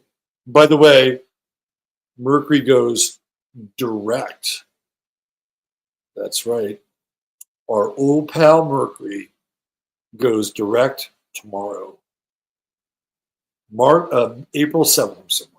April 7th, Mercury goes direct at 26 degrees Pisces. So for all of you people who have been absolutely flooded, we'll use the word flooded because it's been in Pisces, flooded by Mercury retrograde, it comes to a delightful end tomorrow. Venus goes direct a week from tonight. So this is where things start to pick up a bit. By Tuesday of next week, Mercury's in Aries, and we are off to the races again. And then, let's see, where are we? Chart is not showing. Yeah, I don't have the chart up yet. I haven't shown it yet. And then Venus will be back in Aries on May 1st, May Day. All right. So let's bring up the aforementioned chart here so you guys can look at it.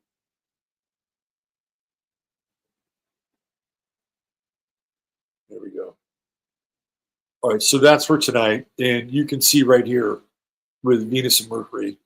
And they're occulted. They're behind, whenever planets are occulted and they're behind the sun, it's very difficult to understand or get a handle on what's happening. Because everything is like out here, right? So the first planet that we run into that is in front of the sun is Uranus. So the two planets that are going to be the most visible right now are going to be Jupiter and Mars, with Venus being retrograde and being basically impossible to see. And even Saturn, which you can see very, very, very tiny point of light, that's also occulted as well. So all these things are happening behind the scene. I mean, literally and figuratively behind the scene. Now, keep your eye on Elon Musk. because Elon Musk is a double Cancer. And when these retrograde planets, Mercury and Venus, move forward and begin to square his sun, he's already going through his sun-sun square now. And I'm not sure how much longer Elon Musk wants to play politics. He might be getting tired of this political thing based on what's going on with the Teslas, what's going on with his showrooms. And he's even talked about some of these tariffs not being really positive for him. So keep your eye on Elon Musk. His ascendant, I'll show you his ascendant. His ascendant is 13 Cancer. He's got his Mercury right here on the ascendant at 14 Cancer, and his sun is at 5 Cancer. So keep an eye on Venus and Mercury moving forward and eventually squaring his sun, right? So the 9th house for him is doing business with other countries. And you can actually see where Mercury and Venus are in his chart. And right now, Venus is in his 8th house. I don't think he's real happy. He's got Venus opposing his natal Pluto. The 3rd house represents travel, right? Ruled by Mercury. I could see, what are we talking about? First week, second week in May, I think Elon Musk is starting to have a reappraisal moment of his relationship with the Trump administration. That's this man's take. Should we see a breakup of Elon Musk and Donald Trump? Quite possibly. Will the tariffs be the reason? They won't be the only reason, but I feel like they'll contribute to it. And there's just a lot more going on behind the scenes that we are not privy to. And even with Saturn going through, it's really interesting that Saturn's going through Musk's 8th house. I mean, astrologically, part of him is supposed to die, right? I mean, metaphorically speaking, when you have a Saturn transit in the 8th house, part of you is supposed to die. And I haven't seen that with Musk. Or at least I haven't been privy to it. Now, he's going to have this Saturn-Pluto opposition. Is this old man still alive? Is old man Musk still alive? This Saturn-Pluto opposition could be the exit of old man Musk if he's still around. I don't know if he's still around or not. But if he is, it'd be very interesting to see the timing on this. Also, this is like a crisis of power for Elon Musk. And especially because of where Saturn is and it going into his 9th house and him not doing very well abroad. This is interesting. This is very, very interesting. Now, I believe he thinks, or maybe he thinks that he can just muscle through this, and with all of his newly found connection in the political sphere, with this Saturn trying to Jupiter in his chart, he'll be able to get through it. I'm not so sure. Life is going to get infinitely more difficult for him when Saturn moves into Aries and starts to square his sun. I think Elon Musk is going to be in legal trouble. Give Saturn some time next year. When Saturn gets to really gets to 2-3 degrees. Now it will get to 1 degree before it goes retrograde, and I could see some of the legal issues starting to pop up then. So that's when, in June. So I could see that happening then. It goes retrograde, maybe back burner, but it comes back. Elon Musk is going to have legal issues. I think they're fairly significant. And it's going to be a major, major stretch and issue for him. And then Neptune comes in. And Neptune starts to square his sun. And those are like delusions of grandeur. major delusions of grandeur. Personally, I think Elon Musk is about ready for a fall. That's what it feels like to me. It feels like he's headed for a massive fall. And you would think, well, he's propped up and he has all this money and he's the new Bill Gates. And no, I don't think so. People are expedient. They're politically expedient in this world. So my question is he a fighter? I don't know if he's a fighter. I don't really. You look at Mars, he's got this Mars-Jupiter trine. He's got Mars in the 8th house. I mean, I think he's crafty with Mars in the 8th house. And he may think he's more invincible than he actually is. That's my take. I wouldn't call him a fighter, though. Like if he had a Mars-Saturn square or Mars-Pluto square or, Mars-Sun trine, he basically he's had things easy. This guy's had things easy. It's almost like things have been given to him. I'm not sure how much he's had to fight for anything. But that's going to change. I think that'll change. And the Neptune Sun square, and that's a long square that goes on for a long time.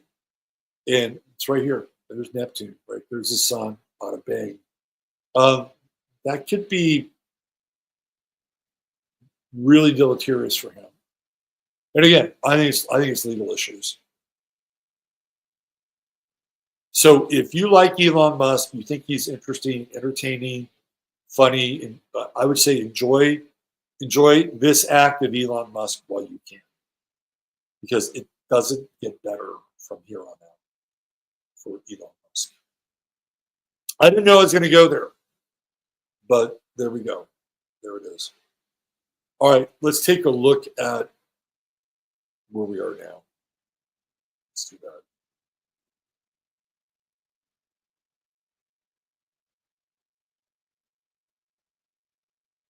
All right, so this is the aforementioned chart of the moment.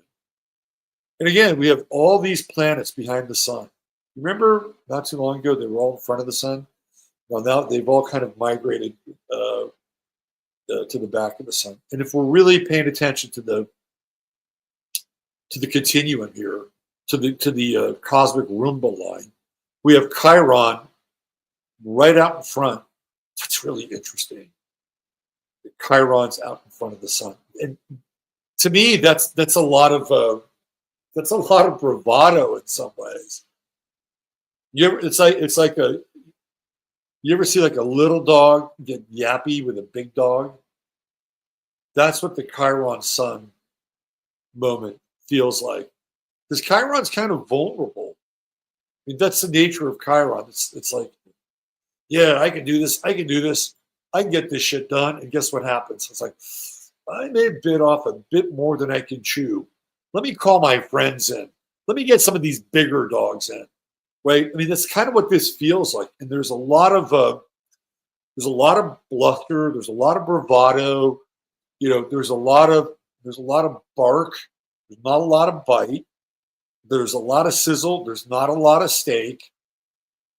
And what's going to happen here is that as the sun creeps up over the next few days, because it's going to keep pace with Mars here, as it creeps up in the next few days and we get deeper into this Sun-Mars square, just before Mars goes into Leo, you're going to get people not just barking, but biting.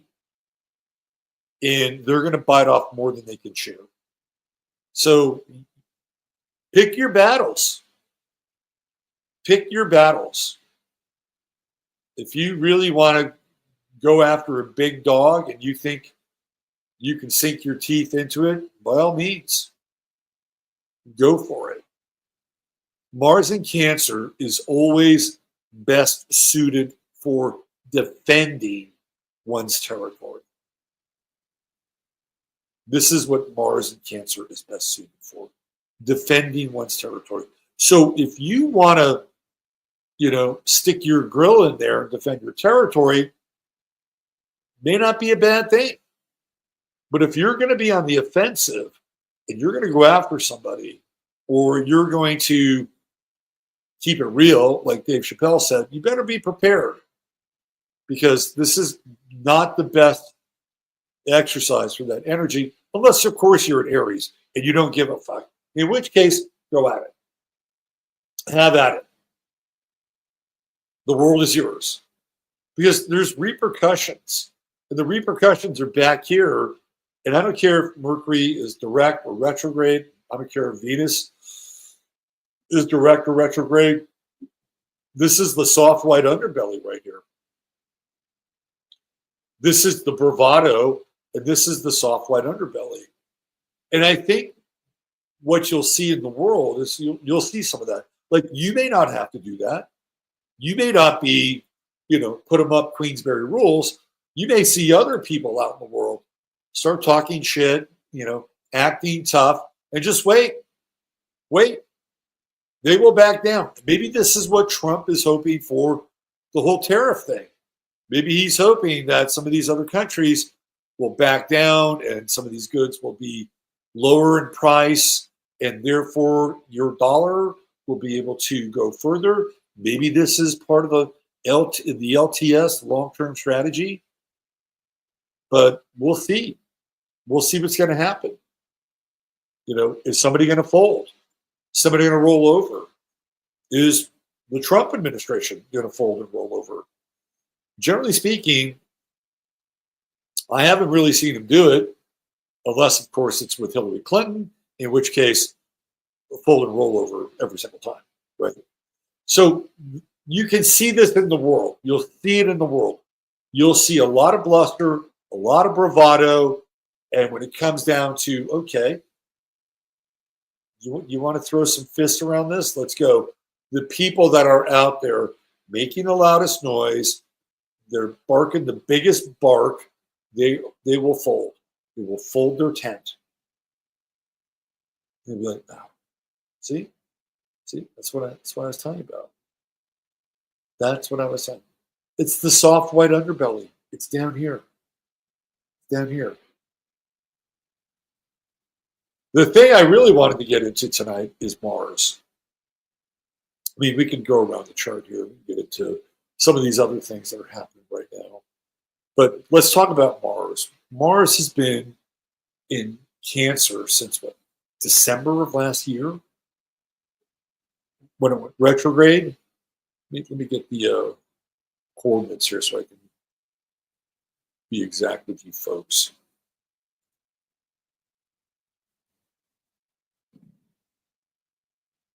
As a Virgo, I do have some reputation when it comes to specificity. So Mars went retrograde at 6 degrees on the 7th of December of last year. It went into Cancer at the beginning of the year at 29 on the 7th of January. So Mars has been in Cancer retrograde since the 7th of January. Okay, just wrap your head around that. And it was retrograde until 17 degrees on the 24th of February. A lot has happened with this Mars in Cancer, and especially the retrograde part. Let's go through it. Cancer is an emotional sign. We can all agree upon that, right? The retrograde part of Mars in Cancer alone is about burying emotion, sublimating it, sitting on top of it, not doing anything, not saying anything, because, well, you might just fucking explode. Now, we've had a nice little pressure release valve here since Mars has gone direct, and it's been in this slow crawl to move forward. But that doesn't necessarily mean that people have offloaded some of this tension and some of this sublimated frustration. And it's all over the place. They might be frustrated with Trump or Musk, or they might be frustrated with these oligarchs. They may be frustrated with,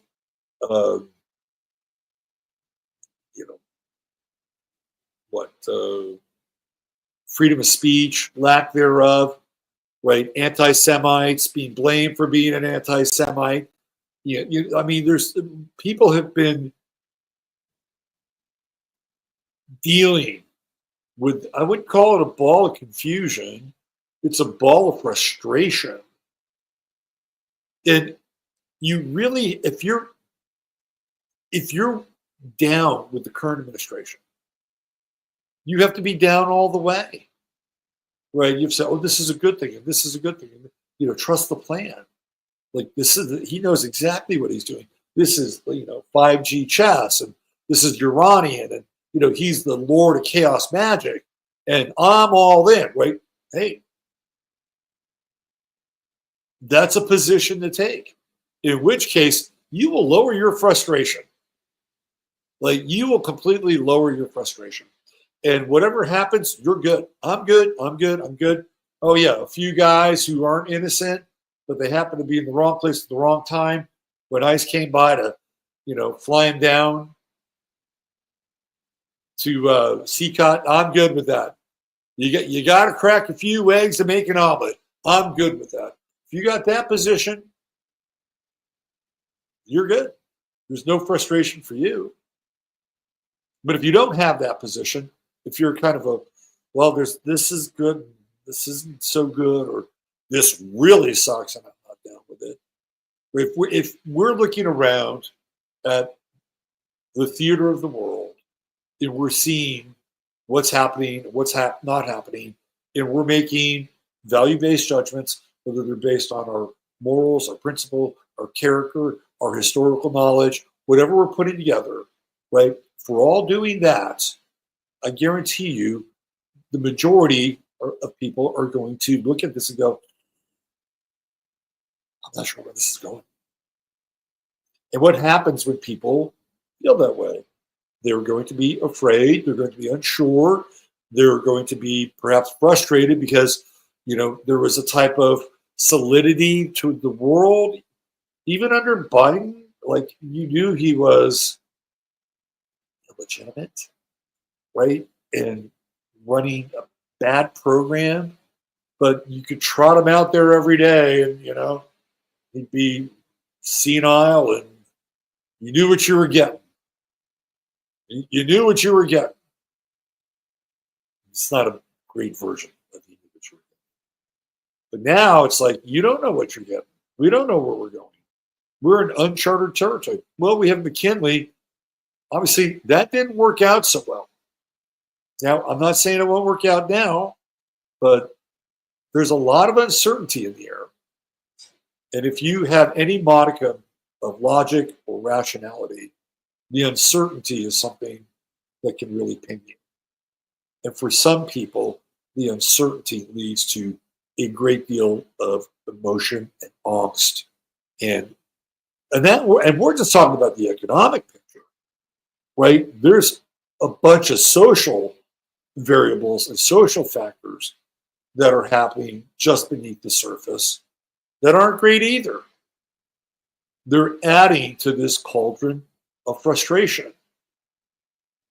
Now, what happens when Mars goes into Leo? Yeah, that is the big question now, isn't it? Well, I suppose we should know when it goes into Leo.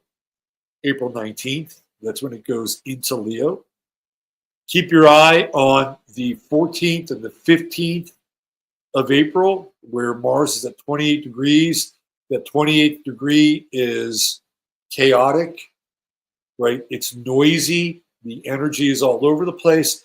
At 29, it is flatlined. And at 0, we're into a new version of Mars. But it doesn't mean that the anger, the frustration, the sense of not knowing where things are going. Remember, Mars is also the chariot. In as much as Mercury represents Hermes and travel and movement. So does Mars. Now, when Mars goes into Leo, and again, this is going to be exact on the 19th of April, what's the first thing it's going to do? It's going to oppose Pluto. Right there. Right there. So all of this intensity, all of this anger, all this frustration that people have walled up and balled up, we are going to see a major overcorrection with this Mars. And it goes right into the opposition with Pluto. And talk about ego, right? You think people take things personally now? Oh, wait till Mars moves into Leo. People are, everybody's going to be right. You know, I'm right, motherfucker. No, I'm right, motherfucker. No, I'm right. I'm right. No, no. Right. This is going to be significant. It's so significant that I would not be surprised if we have a major conflagration and a war, or a minor conflagration leading into a greater war when Mars opposes Pluto, and all of this pent up feeling and emotion. And the American public, unless the American public has some kind of event for the pressure cooker, the American public's going to blow. And I didn't think it was going to happen under Trump, because I felt like, oh man, they just squashed the left like a bug. How are they going to recover from this? But there's a lot of intensity and pressure out there right now. There was I don't know if you guys have followed this story about the young man that was stabbed in Frisco, Texas, by another young man. And part of the narrative is sort of the black-white narrative. And the young man who was stabbed was white. And the young man doing the stabbing was black. And I went through a Twitter feed. It was actually the young man who did the stabbing. His name's Carmelo Anthony with a K. And he posted something a while back where Centenary College, the home of Robert Parrish, the chief, said, hey, we're going to give you a scholarship to play football. It's not a D1 school. I'm not sure it's D2. It might be D3. I've never even heard of Centenary's college football program. Anyway, he posted on Twitter, this is before the stabbing took place. He said, I'm going to Centenary College. I can't wait. I'm psyched. I've got a full ride, blah, blah, blah, right? And then the replies in the Twitter feed were brutal. Brutal. Like language that is almost lynching. We'll call it lynching language. That's how brutal it was. And it wasn't just one or two people. It was an entire Twitter feed that said, can't wait till you go to prison and bend over for some soap. And that's mild, okay? That's mild. Now, keep in mind, Neptune has just gone into Aries. And we talked about this last week, if not last week, the week before, but Neptune went into Aries at the start of the Civil War, which was, again, theoretically, the fight to free slaves in the South. Again, I use the word theoretically because I'm about a lot more than that. But this is Neptune in Aries, right? And it's this whole kind of Civil War narrative that is lingering in the background now. And we just saw something that was kind of, if you look at where Frisco, Texas is, it's almost kind of like right on that sort of Mason-Dixon line. It's really, really close. And For a while, back when Obama was president, and then later on Trump, of course, presiding over the whole George Floyd thing, Summer of Floyd. It almost felt like we were just a hair's breadth away from a civil war. It really felt very close. Very close. And then Trump came around and for round two and started to win over the hearts and minds of the hip hop community. And, Trump's my dog. And, you saw those videos and, because Trump wound up going to court all the time and getting arrested and having a mugshot. And they're like, oh yeah, he was shot at like a boy in the hood. Trump got street cred. I mean, let's face it, all that stuff gave him street cred, and it really shifted the demographic. The black male demographic shifted significantly towards Trump in the 2024 election. So we're thinking, okay, well, Black conservative America is starting to come around. Black America is starting to come around. They're pushing. It's like, look, we know that the Democrats are the plantation owners, and we want out. We want out. It's like, yeah, we're looking at our watches here, and we're still waiting. We're still waiting to get something from these people that we vote in every single election cycle. And you know what? We're tired of waiting. And I felt like, oh, this is a really interesting moment. It's Pluto and Aquarius. People are waking up. The plantation owners, haven't been all that responsive, right? Well, now we're in this new phase where it feels like the flip side, right? The flip side of all the Ahmaud Arbery stuff and the George Floyd stuff and the Michael Brown. We're at the flip side now. And it's people who are watching this really brutal black on white crime, for lack of a better term. And it's not just so-called whites, but there are also so-called blacks who are like, whoa, this is not good. Right? We're not advancing socially. And it's causing this really interesting look into things like hip hop culture and this culture. And I think this is the Pluto and Aquarius effect.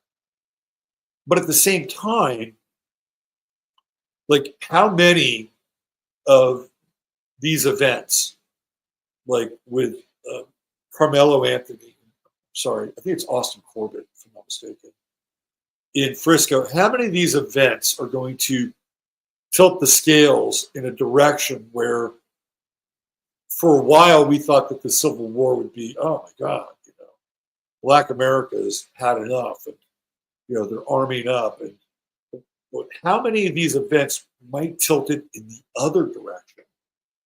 Because when I read that Twitter feed, it was a Twitter feed of people dealing with Mars retrograde in Cancer, right? And it wasn't just that one death, which was it was emblematic of like a whole other narrative where it's like, yeah, all these people like George Floyd and Ahmaud Arbery and what's her name, say her name, they're sanctified. But what about this kid who didn't have a snowball's chance in hell, right? This is what I'm talking about. This is the buried and frustrated energy. And it's not just this Mars and Cancer retrograde. This has been going on for a while. And I'm not saying that we're going to break out into a full-blown, race riot here. But keep in mind that the ghost of the Civil War is in the background with Neptune and Aries. And this idea that, and again, we're not going to completely untangle the Civil War here because there's so many interests involved. It's not just one thing. But the idea is that this battle took place. It tore the country in two. And when we put it back together again, eventually there's this idea that we become an integrated country. Right? And it's all brought on by the Civil War. And of course, there's various stages of that. But people will begin to look at everything that theoretically has been done, whether it's the Civil War, whether it's the Civil Rights Movement, whether it's the Civil Rights Act, all the things that have been done by government in this country to theoretically level the playing field. A lot of that theoretical goodwill and trust, which really peaked with the election of Obama, is being dissolved. It is completely being dissolved. And this is a dangerous place. It's a really, really dangerous. And I'm not the only one that's talked about this. There have been people. What's the guy's name? Shit, I forget his name now. He's a kind of he's a writer. Fuck is his name? He's talked about it. He's black. He's talked about it too. He's basically, we've been acting fools. We've been acting fools. If we continue to act as fools, we're going to squander all the kind of advancements we've had. And white people are just not going to give a shit anymore. And so this whole idea of, white guilt, white privilege, and Robin DiAngelo and the 1642, 18, whatever project is called, that will go away. People won't give a shit. They're just going to be done. They'll be done. And this is not really a good climate for people to say, fuck you, we're tired, we're over this. Right? I mean, maybe on some level, we should all be tired and over with it. Because we've all been manipulated. We've all been used and abused by these political powers. And maybe if, the enemy of my enemy is my friend, right? Like maybe if we could circle the wagons around that might be a reasonable course of action. But this Mars-Pluto opposition is going to be explosive. Very explosive. And a lot of it has to do with all this buried frustration that has been taking place here with Mars in Cancer and Mars retrograde. And again, the reason I brought this up is it's Neptune, and it's Neptune at the same degree as the start of the Civil freaking War. It's the ghosts of the Civil War.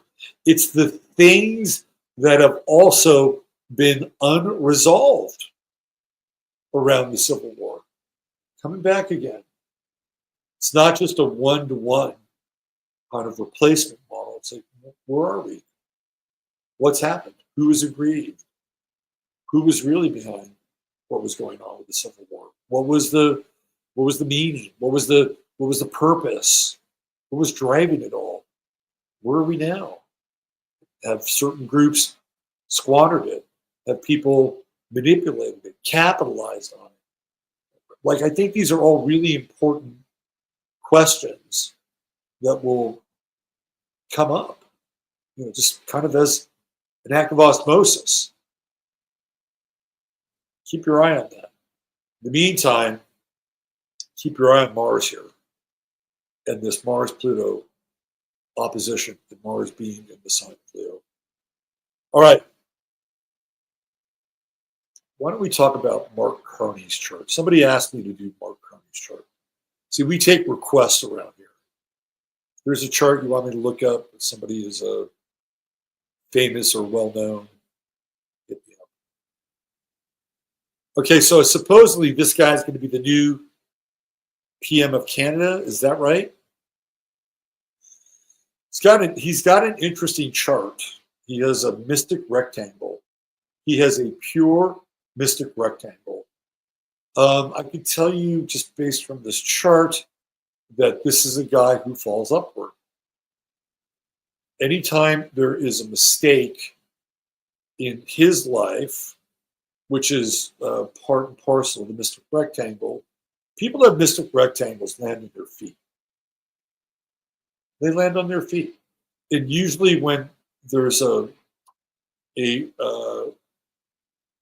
transit that is happening at one of the oppositional angles, something significant will happen.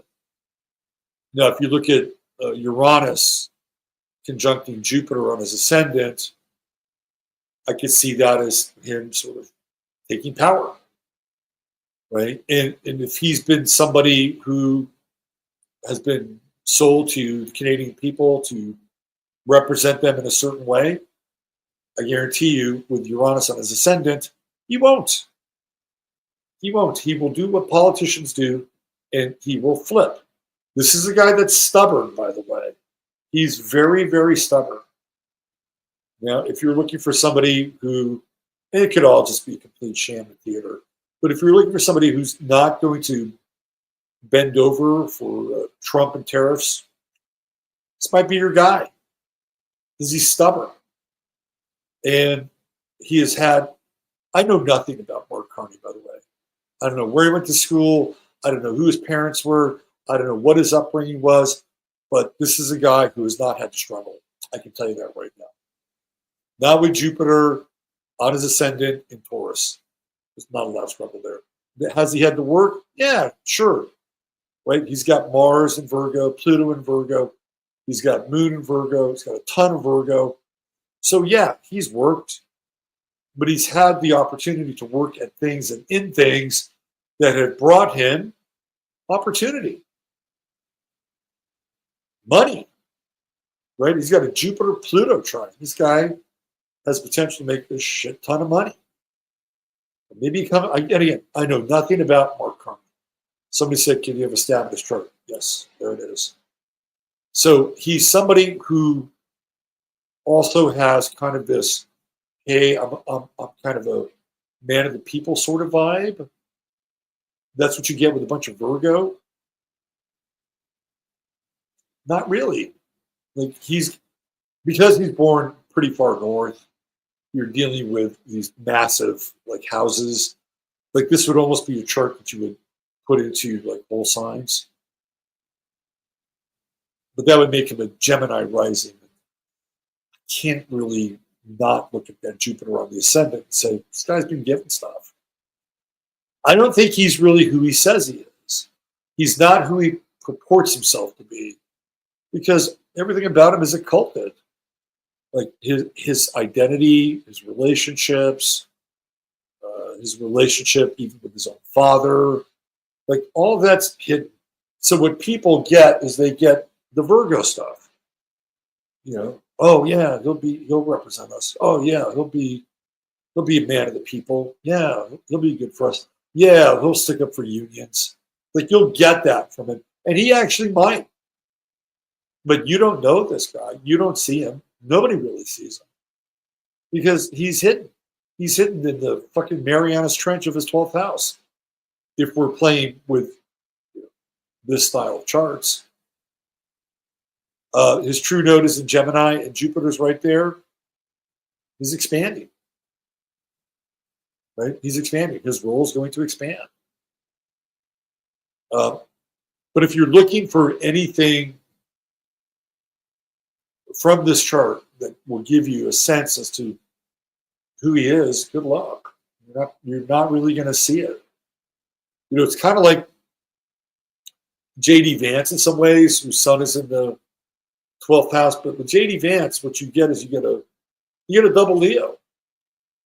So you'll see the Leo side of him because he's a Leo rising and a Leo sun, even though his sun is in the 12th house.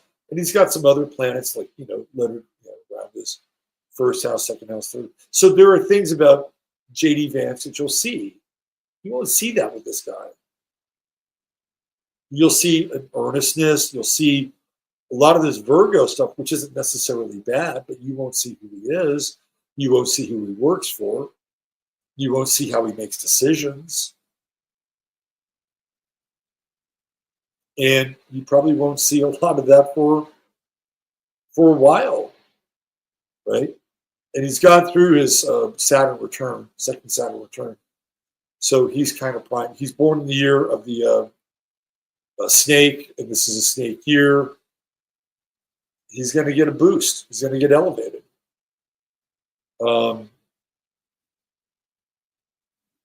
And he'll look after his own interests with the true node in Gemini in the first house. And he's got Capricorn in the midheaven.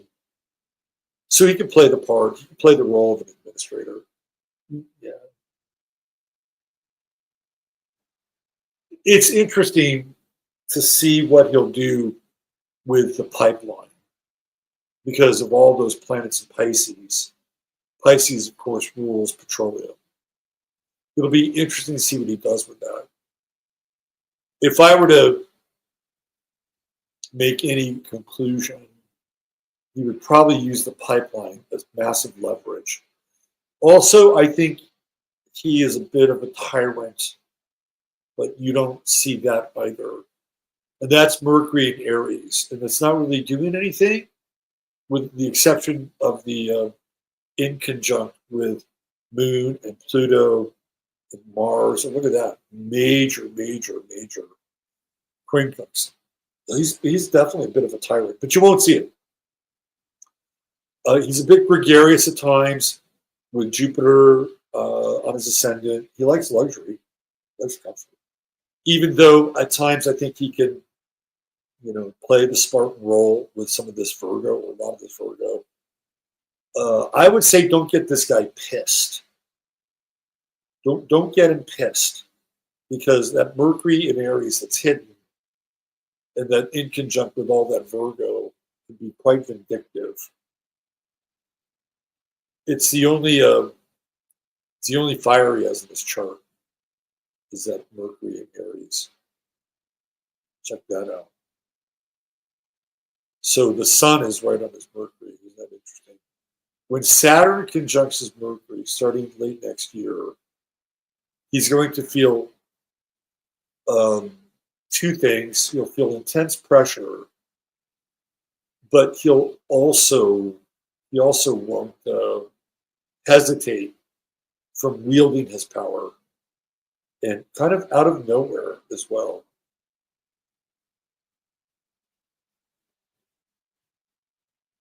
It's gone through that Saturn-Pluto opposition.